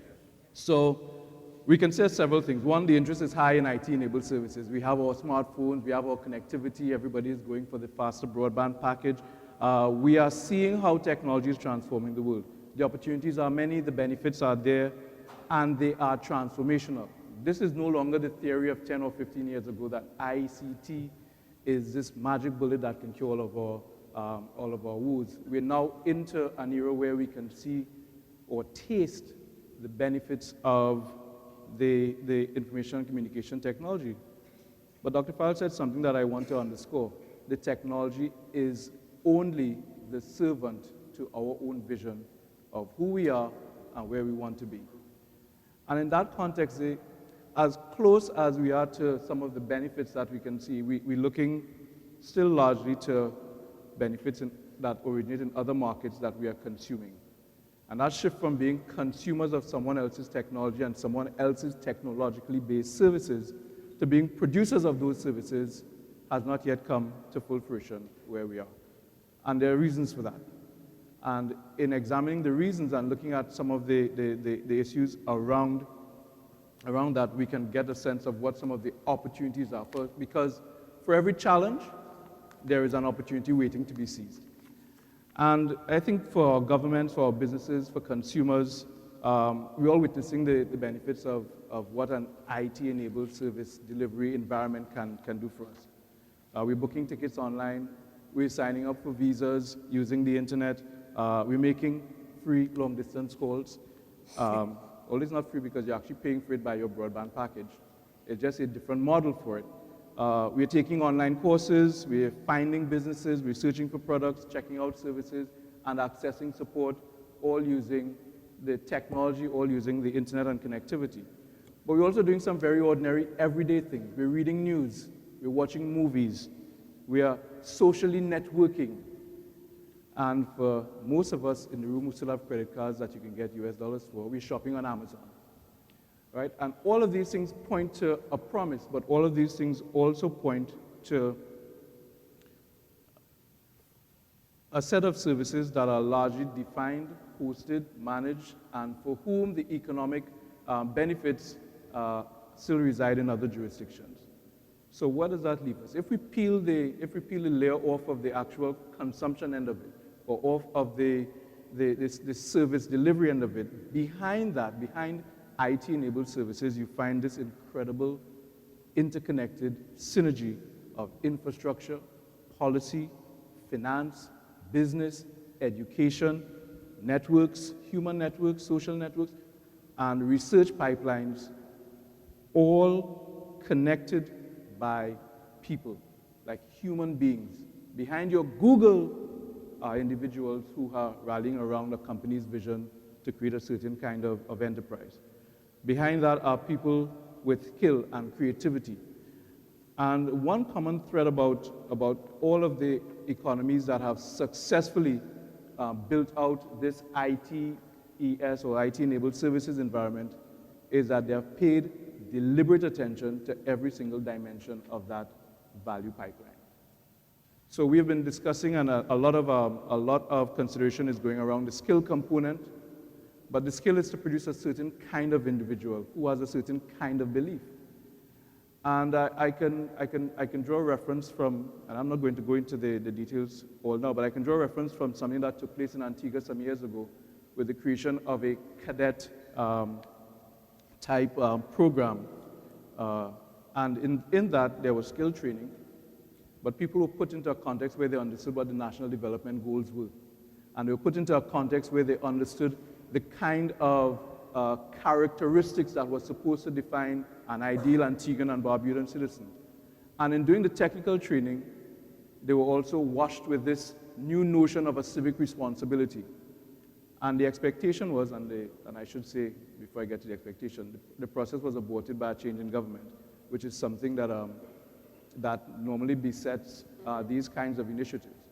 The intention was that Antigua and Barbuda would not only develop the skills, but they would create a capacity for those skills to be used first for national development and then to open out opportunities internationally. So one thing that we can draw from all of the examples from Estonia, from Ecuador, from Trinidad and Tobago's own forays into this is it starts with a vision. And is activated through partnerships between government, private sector, civil society, academia. Those are the common threads that whatever the extrusion point is on the actual service delivery side, there are some fundamentals that if attention is paid to them, results are almost guaranteed. But these partnerships are sustained by systems like actual policy system, actual covering or protection of certain components of that value chain, intellectual property protection, access to capital, the creation of these environments where those who may not have the capacity as small businesses, and we're inside of a context where the majority of our businesses are small, can access resources, and access advice that they can use to actually build out their dreams and their ideas. And then lastly, it succeeds through leadership. None of this will work if at all of the different levels we don't have that attention being paid to what is the overriding vision and how do we continue to provide metrics to stay on those tracks. So I just want to put one slide on screen and I'll stop there. Can I get the, yeah, thank you. Put one slide on screen just to give a sense of,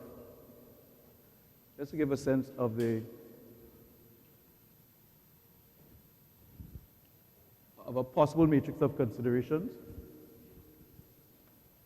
All right, so I want us to think in terms of not just the service and how it gets delivered, but if we're building skills, the skills have to be also attached to a set of values. People who are directed by a sense of purpose and a sense of mission that is beyond the business enterprise that they're seeking to start up. An awareness of a set of environmental conditions that go both to the local and the trending international context. Mentorship, drawing from those who know and those who can share, and a set of enablers that most of our small businesses still struggle to contend with: policy, legislation, access to finance, infrastructure, before we turn to the promise of markets further afield. So this is my simple keys to accelerated development for conversation: enact and enforce policy, which is already happening. Develop programs that deliver relevant competencies, and these go beyond education and skill. They go to a set of characteristics that defend against what I think we can all agree is a declining moral fabric inside of the society. Provide fast and fair access to courts, and I put this in because one of the biggest issues inside of business service delivery is how you deal with business issues. And anyone here who has done either was gone to try to return something or to complain about something knows that there is no quick recourse. But quick recourse is part of what it takes to move toward the digitally enabled economic environment. And so attention has to be paid to how do we address this component, the intellectual property protection component, but also the service delivery guarantee component, where there are consequences for poor service. And then ensure access to capital, infrastructure, and insight. With that, I'll thank you.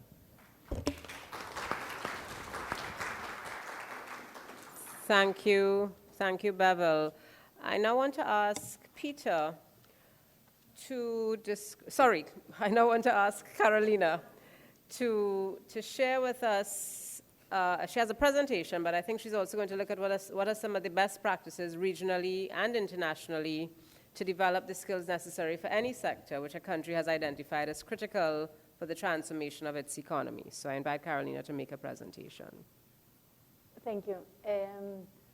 So before answering that specific question, I want to take the opportunity to ask the audience, particularly the entrepreneurs in here, the businesses, this question. If there had been a survey among businesses in Trinidad that asked businesses, employers, what is the main obstacle for the business operation? And the entrepreneurs are giving a list of possible obstacles that range from crime to corruption to infrastructure difficulties to tax to regulation. What would be the answer? What would be, the firms are giving a list of possible obstacles that are the major obstacles for their business operation. And the firms answer the question. What would be the most frequent choice? What would you say? The bureaucracy? They can pick one. They can pick what? You said bureaucracy? Anyone from the audience? What would be your pick? Yes. Mm-hmm.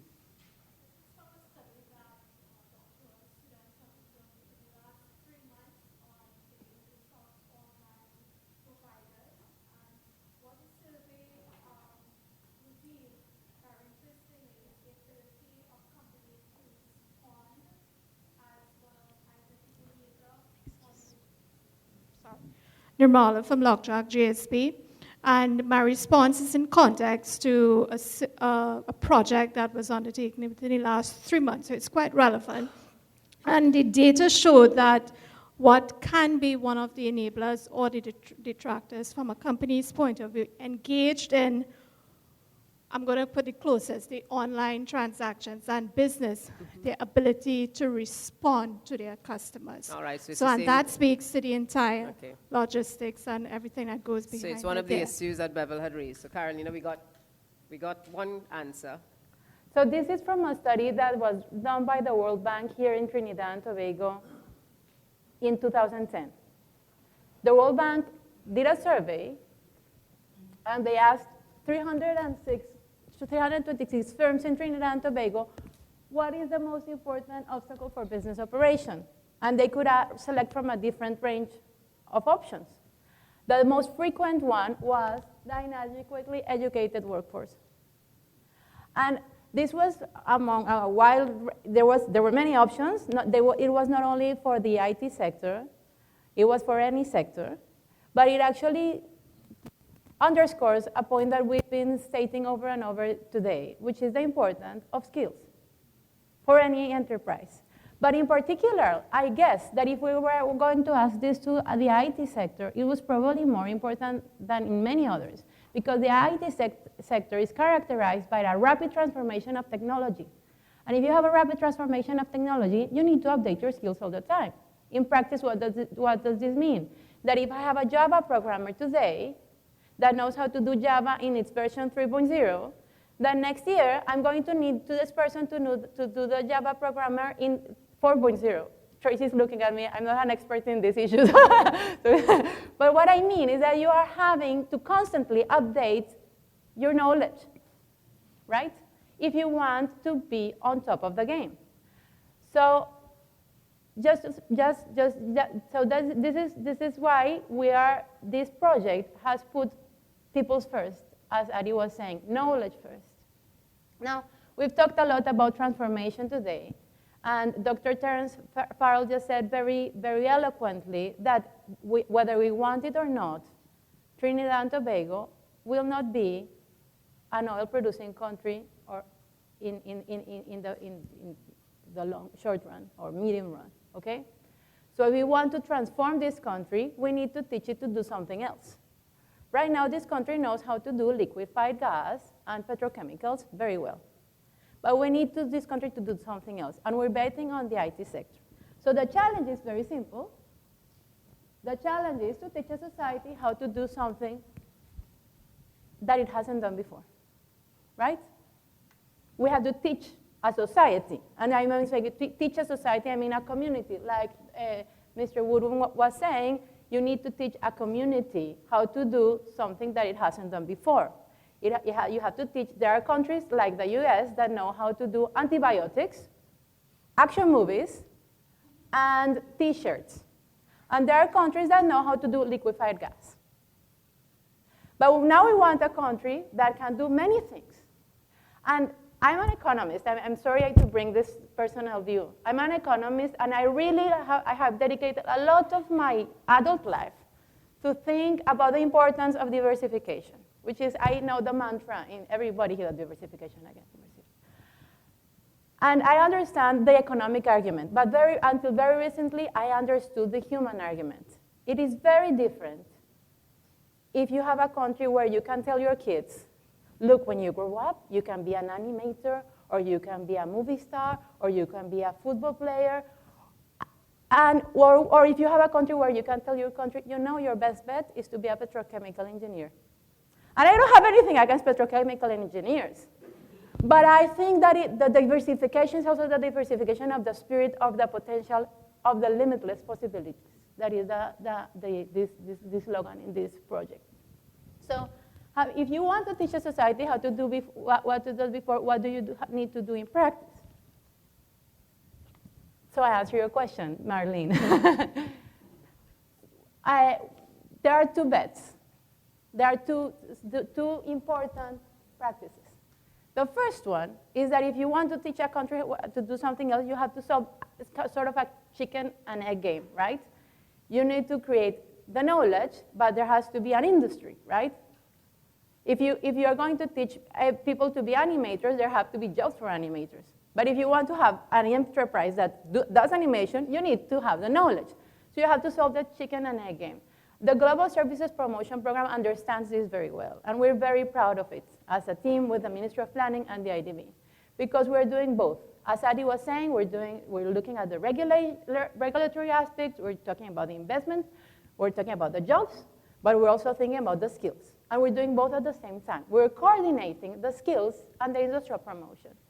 And that is super important because, as obvious as it may sound, I, who have the privilege to see this in many countries in the world, notice that this is not always the case.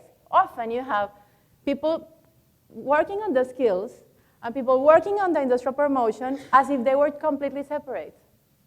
But we're trying to coordinate it. And the second practice is employer ownership. That was something that Dr. Terence Farrell mentioned, and I want to underscore it again. We're talking about also the demand side, right? We've sat often with our colleagues, our counterparts in the Ministry of Planning, and thought about this, and we've told it, look, we were just bureaucrats, right? We have no idea what is it that the skills that this country needs to grow. We have to ask the employers. We have to tell them, what do you need, and guide ourselves with their information to design the training, right? To understand what is it that they need. And we have to ask them often, and we have to create the partnership. We have to put employers in the driver's seats of a skills agenda. Because if we sit in our offices to say, oh, you know what, I think this country needs better accountants. No, this country needs better Java programmers. Oh, no, that doesn't work, right? So in practice, there is a spirit in this program, in the Global Services Promotion Program, which is to listen and act accordingly. So we are, in terms of implementation, we're starting with asking you guys, right? Asking you guys, I mean the businesses. We're launching a call for proposals that is going to happen. We don't have the exact date, but we'll let you know. But it's happening soon. So we are going to, in this call for proposals, we're going to ask employers to partner with training providers and education institutions to design a skills development program, right? In which we actually state what are your skills needs and present a proposal. And we are going to have a very transparent selection process that is going to be led by the Ministry of Planning. And in this very transparent selection process, we're going to allocate funds for skills development in a wider range of options. As Dr. Beville Wooding was mentioning ago, probably the problem is not necessarily the IT, it's also the soft skills, right? We may find an animation businesses that tells us, look, I have fantastic technical personnel. They are great. They are great at programming, but they're computer geeks that have no idea how to serve their customers. So really what I need is soft skills. I need them to be able to talk because they're fantastic technically, but they just have no social skills, right? It happens. Or we have the completely opposite problem. We have a problem in which we have fantastically creative people but have no idea of how to do management or organize a project. Or the other problem that we have is that we want to insert ourselves in the global market. And as Ari has taught me, who is an expert in this, you know what the problem sometimes is for exporting? That people don't know how to bargain. Or they don't know how to market. They don't have no idea how to export. Export is sophisticated, right? So we are thinking about a wide range of skills. We're thinking also about a wide range of sectors. Because it's not only, it's about the IT-enabled services sector is many things. It can come from finance. It can come from animation. It can come from health. It's a service that is enabled, whose core functions is IT, right? And there's also something important. When I talk about skills development, we're not talking only about training. Sometimes it can also be curriculum development.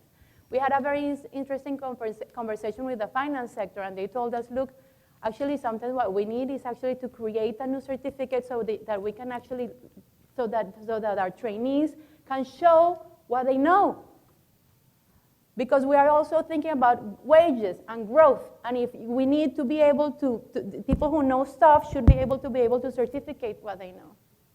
Otherwise, there's problems they don't see their wages, right? So we are doing that, and since this is complicated and innovative, and we understand that there has to be support. So the program has been designed with a stage in which there was going to be some support for the design of proposals. Businesses know how to run their businesses. They don't necessarily know how to design training, right? But so we understand that, and there's going to be some clinics to support in that regard. We're going to publicly disseminate the evaluation, and we're very much looking forward to listening to you and to see what is it that's going on. We're going to learn from this, and we hope that if this prototype works well, it's a template that can serve future calls for proposals in the IT sector, right? So I'm inviting you to present innovative, cost-effective, and well-designed proposals that promise to deliver the greatest impact in the IT sector. And we're talking about limitless possibilities, we're thinking about flexibility, and we're very much looking forward to listening to you. And just to underscore something else, this is cutting edge. You asked me what are the best practices in the world, and I think that this is what the countries that are at the forefront of skills development, that actually understand how to transform their countries, their sectors, or their priority sectors, understand with knowledge, do this, okay? They put employers in the front seats, and they listen to them when they allocate public funding for training. Mm-hmm. Thank you for that intervention, Carolina. And as I said, we're going to come back to a round of questions, but before I invite Peter to share with us the Barbados example as related to the hospitality sector, I just want to advise the audience that some members of our team will be coming around to collect flashcards. Flashcards would have been distributed with your package. They're coming around to collect the flashcards with your questions, because I know this is all very, very exciting, and there are lots of questions everyone wants to ask. So we're asking you please to write those questions down, and the members of our team will come around and collect those questions so we can have the questions posed either collectively to the panel or to specific members of the panel. So if we can ask you to do that now, so that when we finish the presentation, the contribution by Peter, we'll be able to start fielding some of the questions from the audience.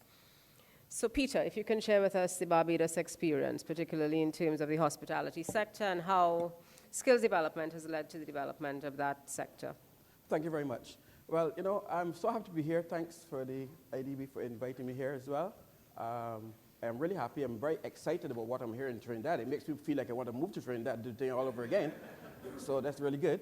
And you might ask me now, what can I say after all these powerful presentations coming up at the end?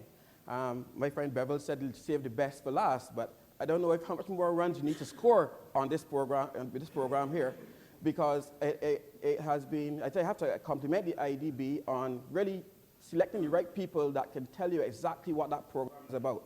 So I can say now, you know what, as Bevel said earlier, there will be some overlaps and some repetitions. But, you know, I'm happy to say, with me, there wouldn't be, because, you know, they are talking from a position where they are now trying to implement this program.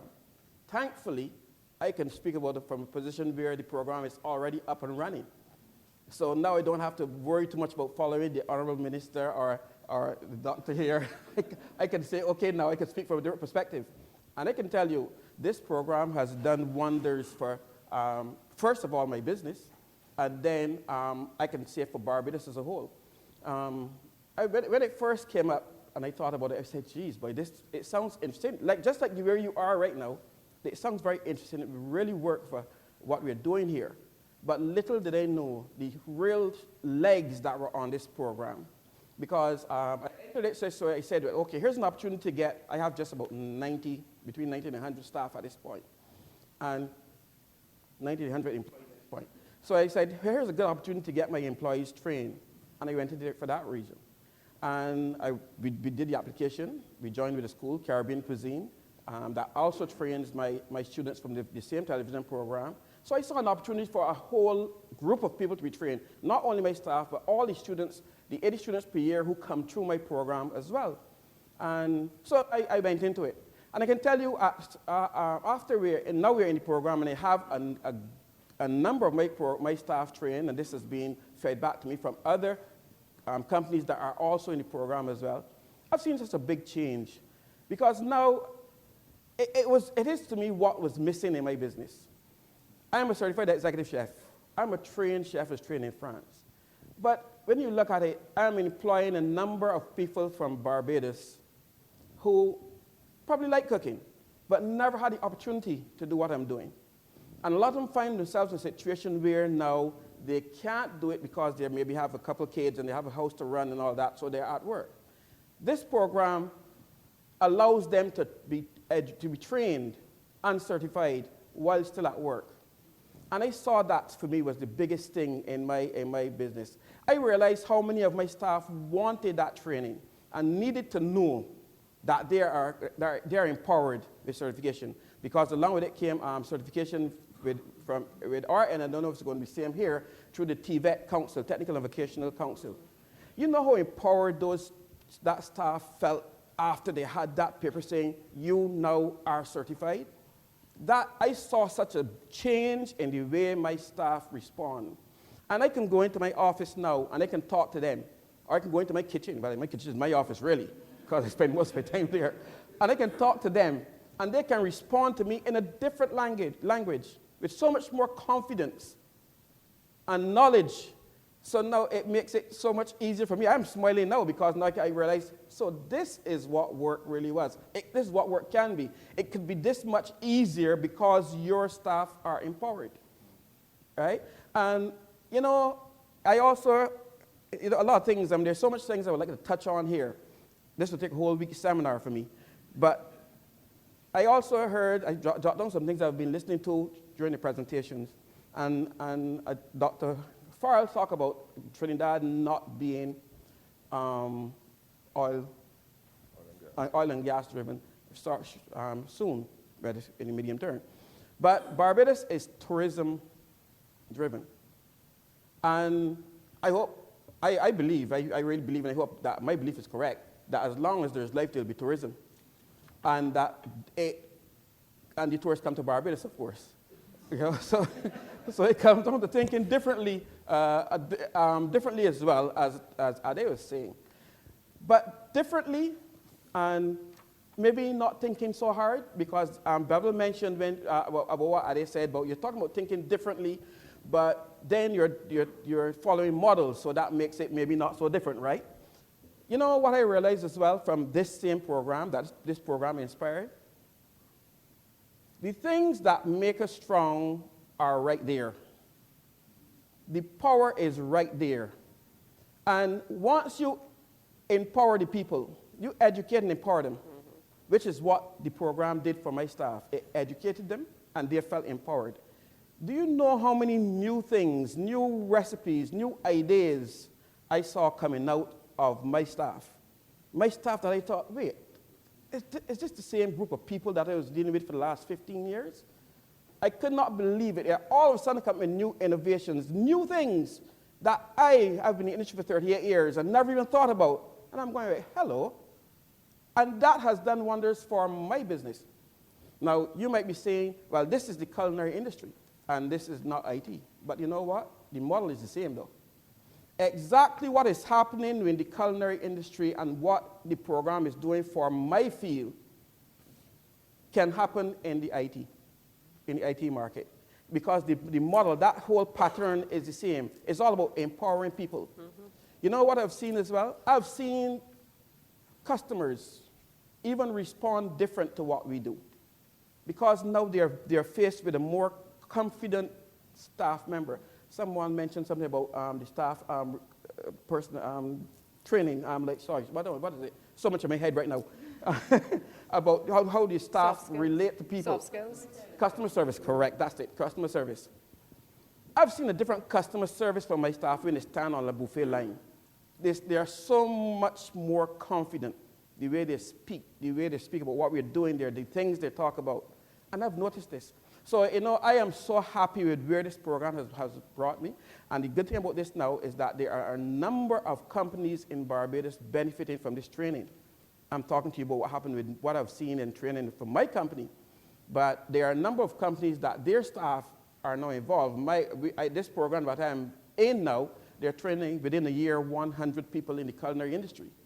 I am so excited about that because I always felt that the culinary industry was neglected a bit in Barbados. Now, it seems like Barbados is a big tourist industry, business country, but still I'm saying the tourism, the culinary arts were neglected. And I really believe that because I don't think people paid enough attention to certification and qualification in that culinary field. And if we are to go forward, and as we go forward, because it has already started, shouldn't be saying if we are to go forward, the empowering of the culinary industry, the people in the culinary industry is going to be very important. So I'm just waiting for the time now when the IDB comes back and said, okay, we're going to offer it now in some other areas that can help us to continue to propel our tourism. Because I can see already benefits in the tourism industry in the whole, because as I said, it's not just my company, it's a number of companies that are benefiting from the training being offered by this program here in Barbados. So I am happy to be able to speak on something a little different from what you're saying. And Bevel, I'm happy that I didn't have to repeat anything that was said before, because believe me, they are trying to encourage you. I should be telling you, don't think too hard.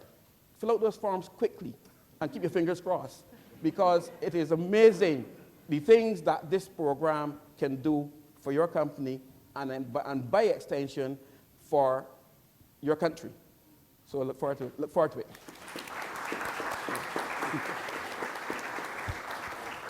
Thanks to the four panelists for their contributions, and there certainly wasn't any overlap, well, not much overlap, there was more complementarity.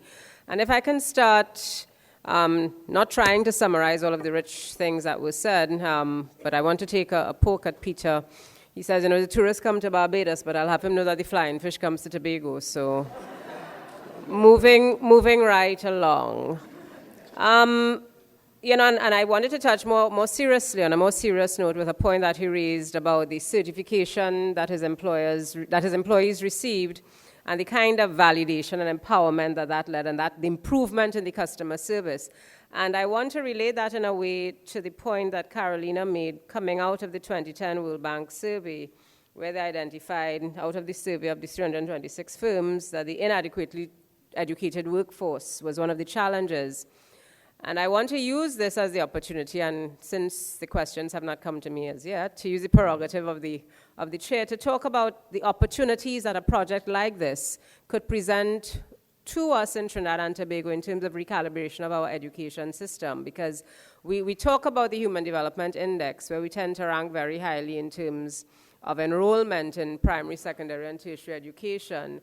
But you have in 2010, and I haven't seen the survey itself, but you have in 2010 the comment being made that our workforce is inadequately educated. So perhaps we need to look at recalibrating how we educate people and what we educate them for, which in a way segues into Dr. Farrell's point about supply and demand. Who are we educating people for, and what are we educating them for?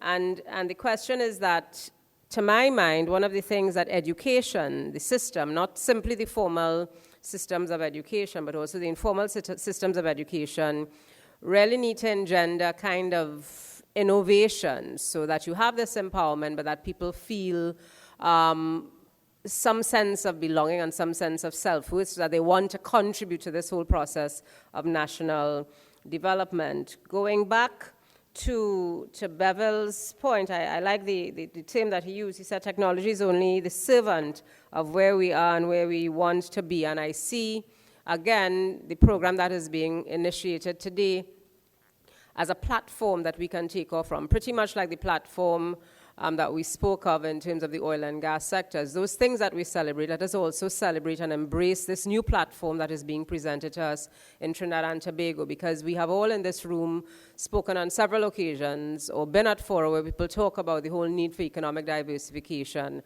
And I don't want to name the colleague, but I have a colleague in my full-time employment who says there's nothing like a good recession to focus the mind. And I think now is as good a time as any. And I don't think she'll mind. You can laugh at the joke. We all laugh at it. We thought it was rather priceless. Now there's an opportunity, and as much as the economic challenges are facing us, they also present opportunities for us to recalibrate the way in which we do business in Trinidad and Tobago. And Terry's point, I think, hits home, not just in terms of the year. So he cites 2030 by the time that we will probably no longer have oil, and 2050 no longer be a gas economy. But I think when he starts to get personal, so when he starts to talk about the standard of living that we enjoy, that we probably will not be able to enjoy until we do things differently, I think that's when it hits home. Because when we talk about oil and gas, we think of de-government. That is de-government. So de-government get taxes and de-government will do this. But when he starts to talk about things like standard of living, that's when it's no longer de-government, but it's our standard of living, and the standard of living that we will no longer be able to enjoy unless we get on the train.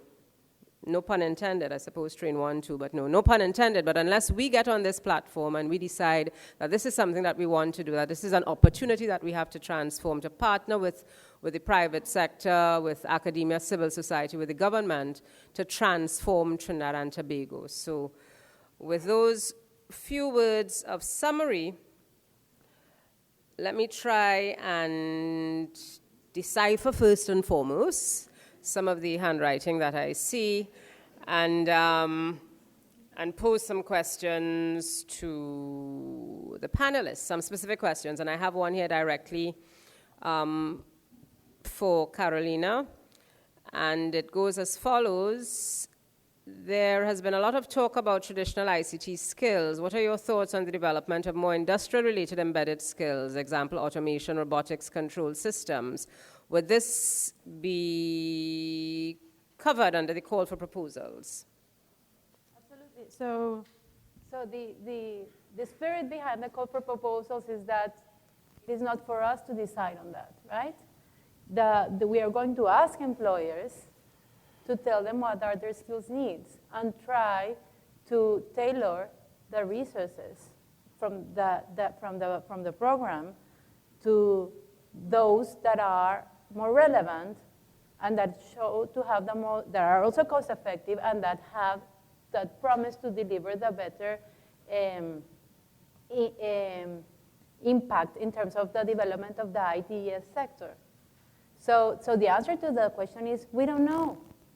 We need for employers to tell us. And if there is a case that the most important skill has to do with automation, well, fantastic, right? All right. Thanks for that, Carolina. It's a question that has been posed, and I think Dr. Farrell, when he was speaking, it brought to mind something that we talk about in terms of oil and gas economies, the whole notion of a rentier economy, where you have become so dependent on the rents that accrue, the money that you get from the oil and gas sector, that you are almost paralyzed to do anything else. And the specific question that has been posed, paralyzed mentally, which I think is worse than any kind of physical form of paralysis that you may have. The question that is posed to Dr. Farrell, and I caution him that we have limited time in terms of the response.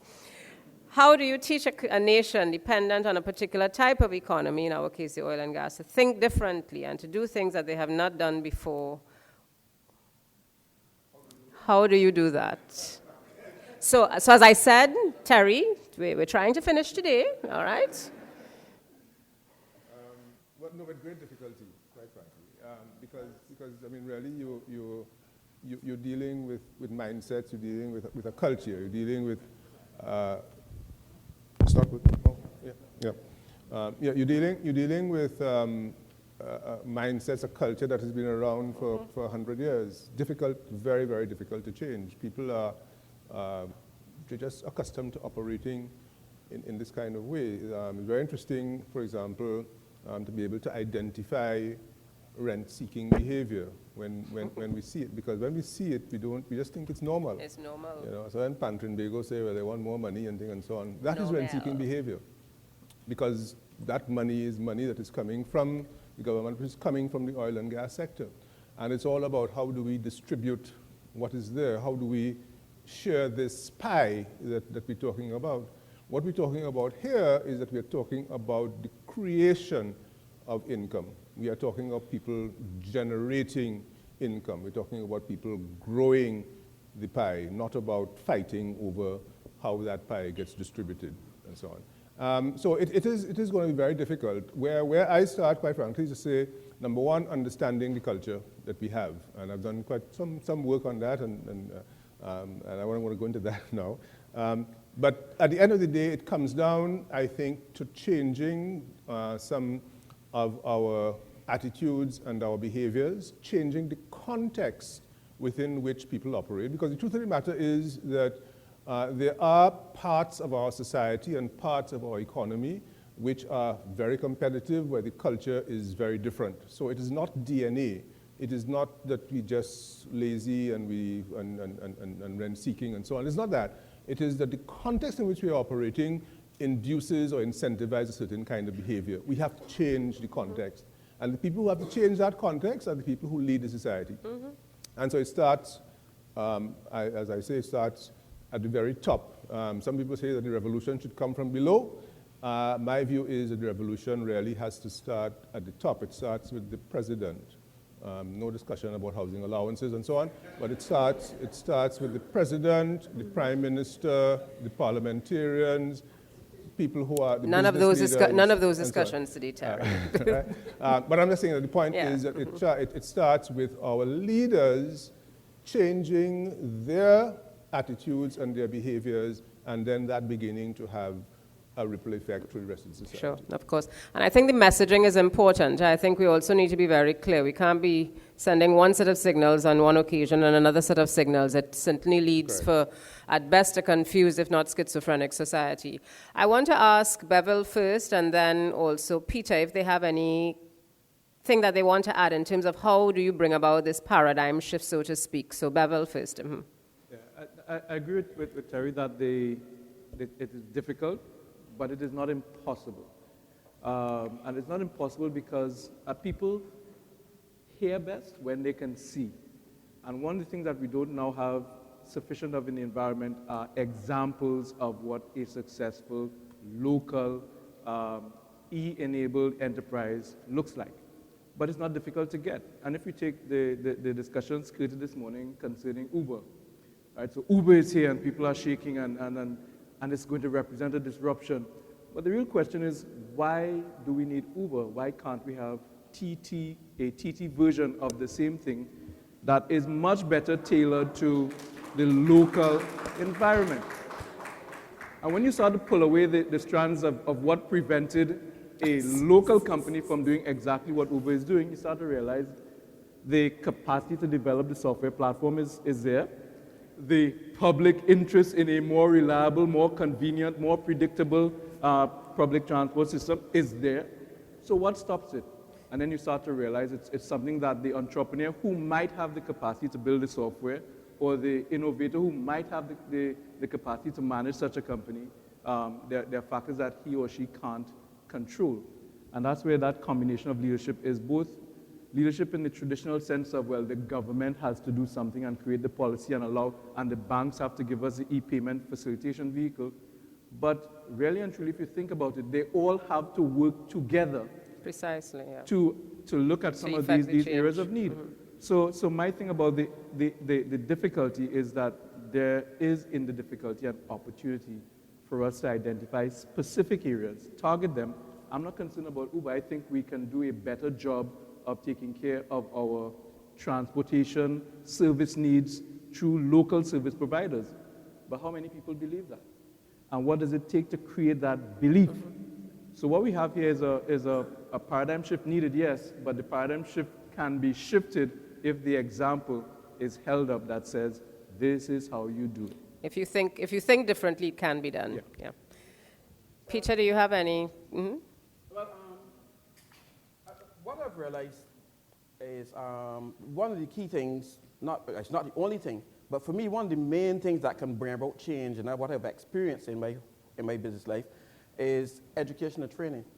And that is very, very important because, as I said in my presentation, I saw a whole different staff, same people, different attitudes, different mentalities after the training took place. And that, to me, was a big change. So I saw people who moved from just people who come to work to repeat every day to people who started creating things. Mm-hmm. So that, was, to me, was a massive change. Mm-hmm. And it made life and business so much easier for me. And it made success in business so much easier as well. So I would say if there's one of the thing, and one of the key things for me was training, because I saw training and certification and giving them the sense of ownership bring about that change. So that is one of the things, though, that managers would have to learn to release a bit. Because, we as managers, I used to be like that, so I'm guilty of being like that. I used to be like that, like to hold on and grab on to things. Think differently. Think different. There you go. Think different and just release it to the staff. And that education and change, that's a big thing. Okay, thank you. Carolina, 2 questions in terms of process. I'm going to link the questions and direct them to you. The first question is, can you advise a bit more about the proposals, format, and process? I should add, though, that if you think that there is a website or some other source that you can direct persons to in terms of getting the full list of information, we needn't spend too much time, but just a brief sort of response. Yeah. So can you advise a bit more the proposals, format, and process? And that person is speaking about the animation industry, and they may require some funding, so will it fall into that category for funding?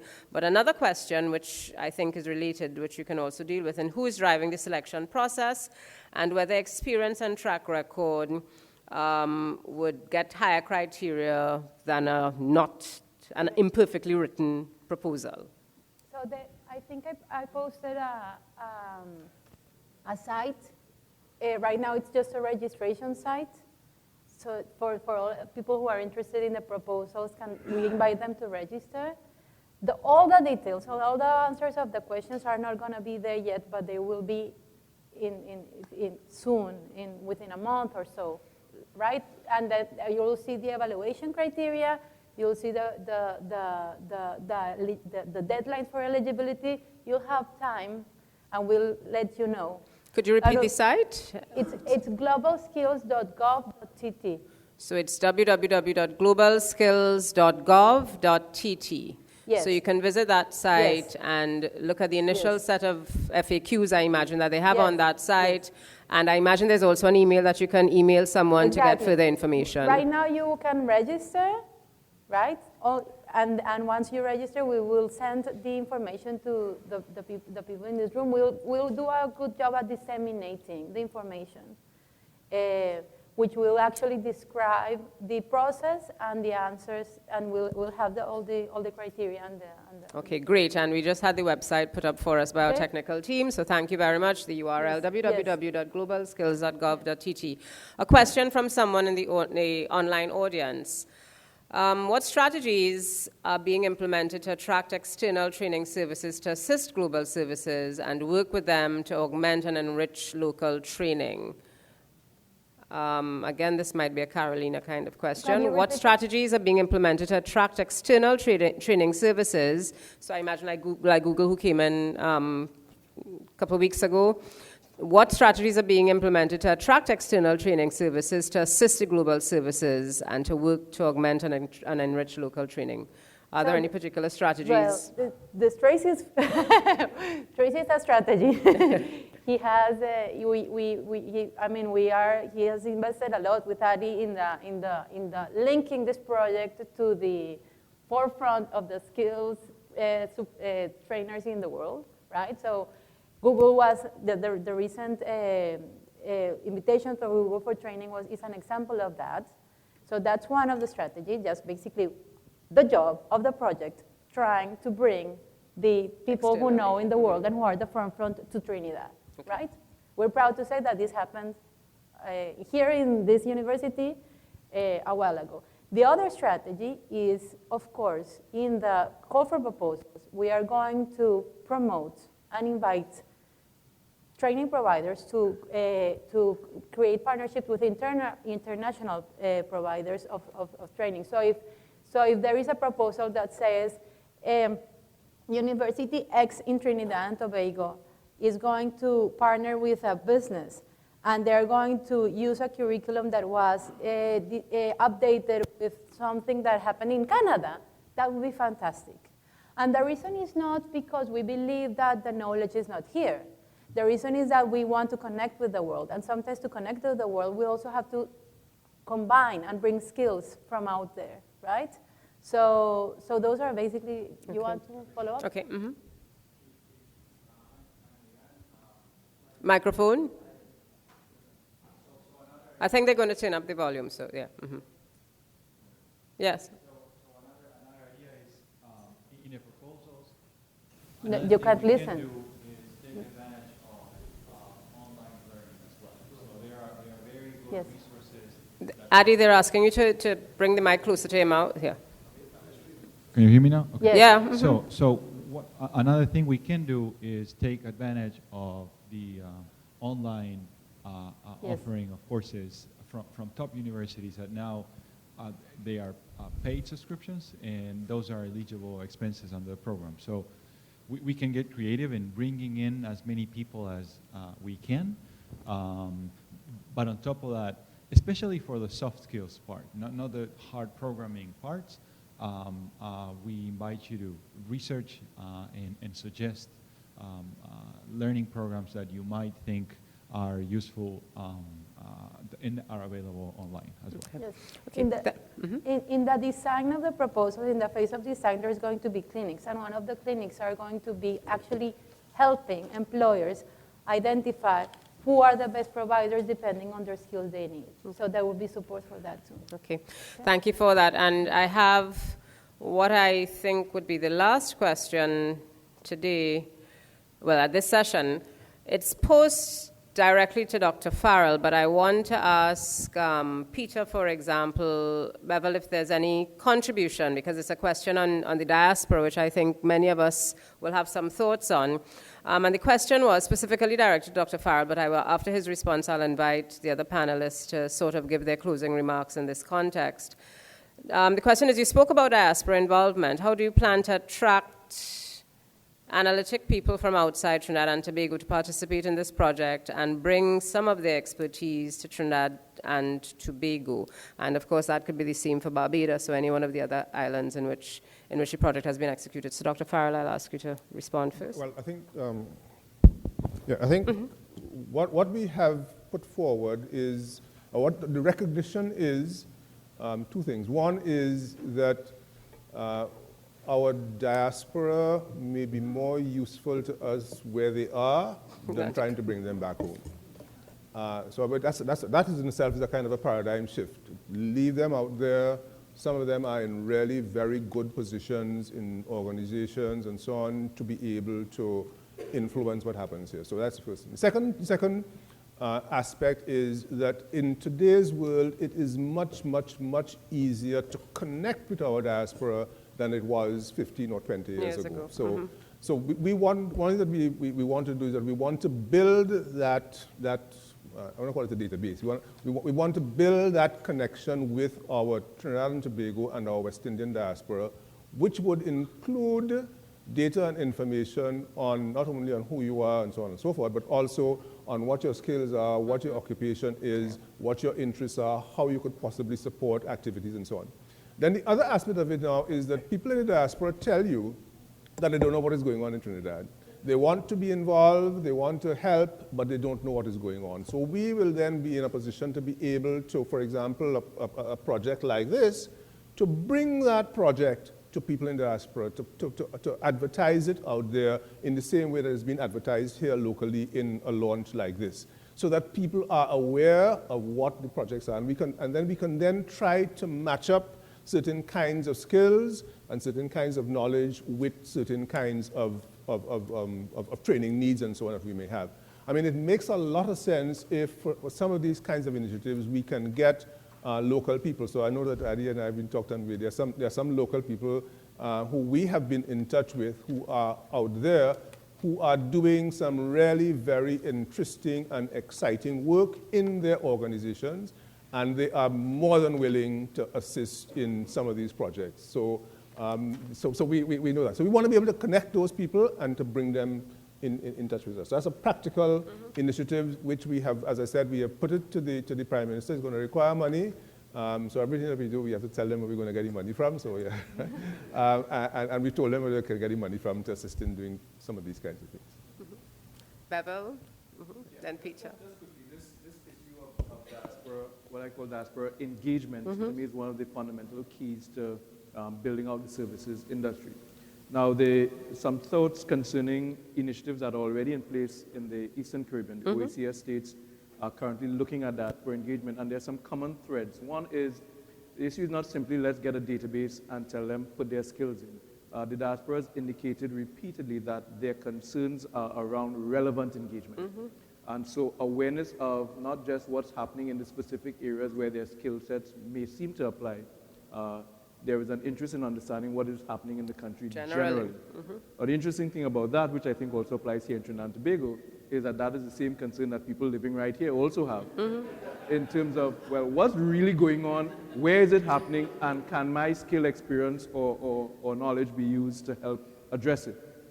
Which means that the approach to a solution to diaspora engagement is the same as the approach to national engagement. And that's the thing I was saying earlier about challenges representing opportunities, because the issue is information, but the information is not a news site. The information is how does news, knowledge get out to the public. That goes beyond the role, let's say, of the media, which might be the easy target, to the role of organizations sharing and government ministries sharing what they're doing, what they're thinking about, what the objectives are, etc. That needs to be coordinated, because it's not going to happen by chance. So diaspora engagement, to me, is linked to just national awareness and national engagement, but the two things allow for a much larger pool of resources to be identified and made available for this initiative. Peter? Right, okay. Again, it's a good position to be able to speak from what is actually happening. So, I mean, it makes it easier for me. I can tell you how what we are doing has impacted across the diaspora. If you look at the schools, for instance, the school, they were outfitted with a whole new kitchen, for instance. So they had a brand new kitchen because of this project. And they were able to offer classes outside of the 100 people that were supposed to be trained for the IDB. And what has happened to them so far now is that, you know, crop over is a big thing in Barbados. Already they have 2 programs put on for crop over, where people are coming back home for crop over and will be involved in cooking programs, special cooking programs. Now the word has spread. When you get in this program, you're going to be surprised at how the word spread and how it goes just through every crack and crevice that you, unless it's just because we're Barbadians, we like to talk a lot. But the word has spread a lot through advertising and word of mouth. And people have been calling me about the program, how to get on and things like that. I think people from overseas. We're starting a sugar and rum festival in Barbados sometime next month, a new festival they're going to have in there. And that school also now will be providing courses for tourists, not only people from across, not only Barbadians, but tourists from outside. So the whole sugar and rum festival will be done in that school. So that speaks to what the kind of development that has come through the program, and of course how the diaspora is seeing it, because they are not even coming back home to, not to stay necessarily, which I agree with Dr. Farrell, let them stay out there. Come back and learn a little bit more of what Barbados is right now and take it back out and spread it. And the program has been doing that as well. Okay. All right. Thank you again to our panelists. Please join me in thanking our panelists, Bevel, Peter, Terry Farrell, and Carolina. And I now want to ask Tracy to come on stage just to bring this morning's session to a close. Thank you again, ladies and gentlemen.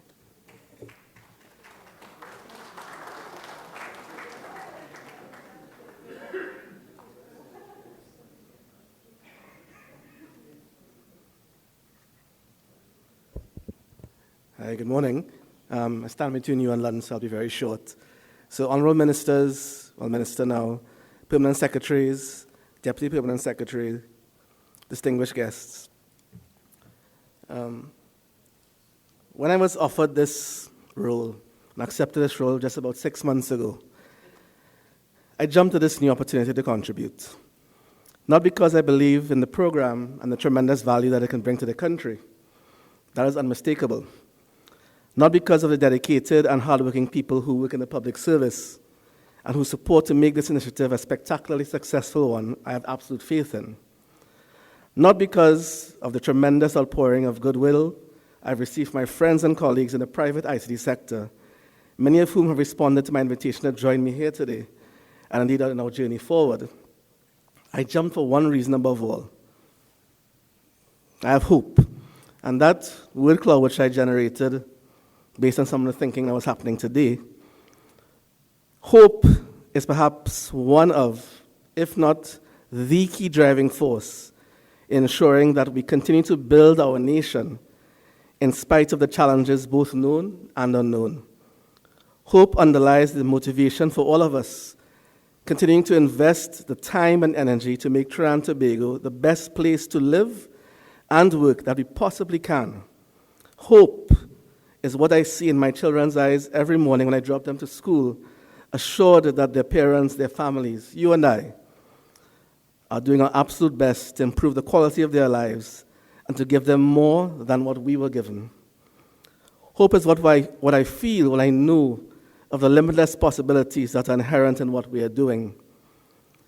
Ladies and gentlemen, I would like to take the opportunity to thank our honorable ministers, our permanent secretary, and deputy permanent secretaries, our excellent moderator and chair, all of the speakers, panelists, and discussants, our host for this event, all of our business partners who contributed in some way, and most importantly, the outstanding team of individuals whom I work with in the Global Services Promotion Program and at the Ministry of Planning and Development and at the IDB.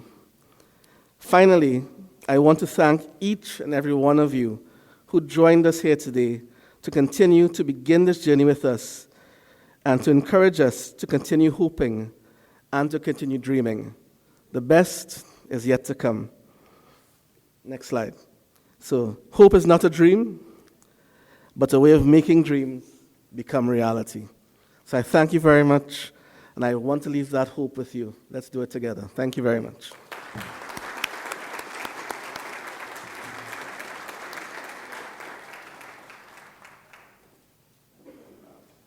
Maybe I will say.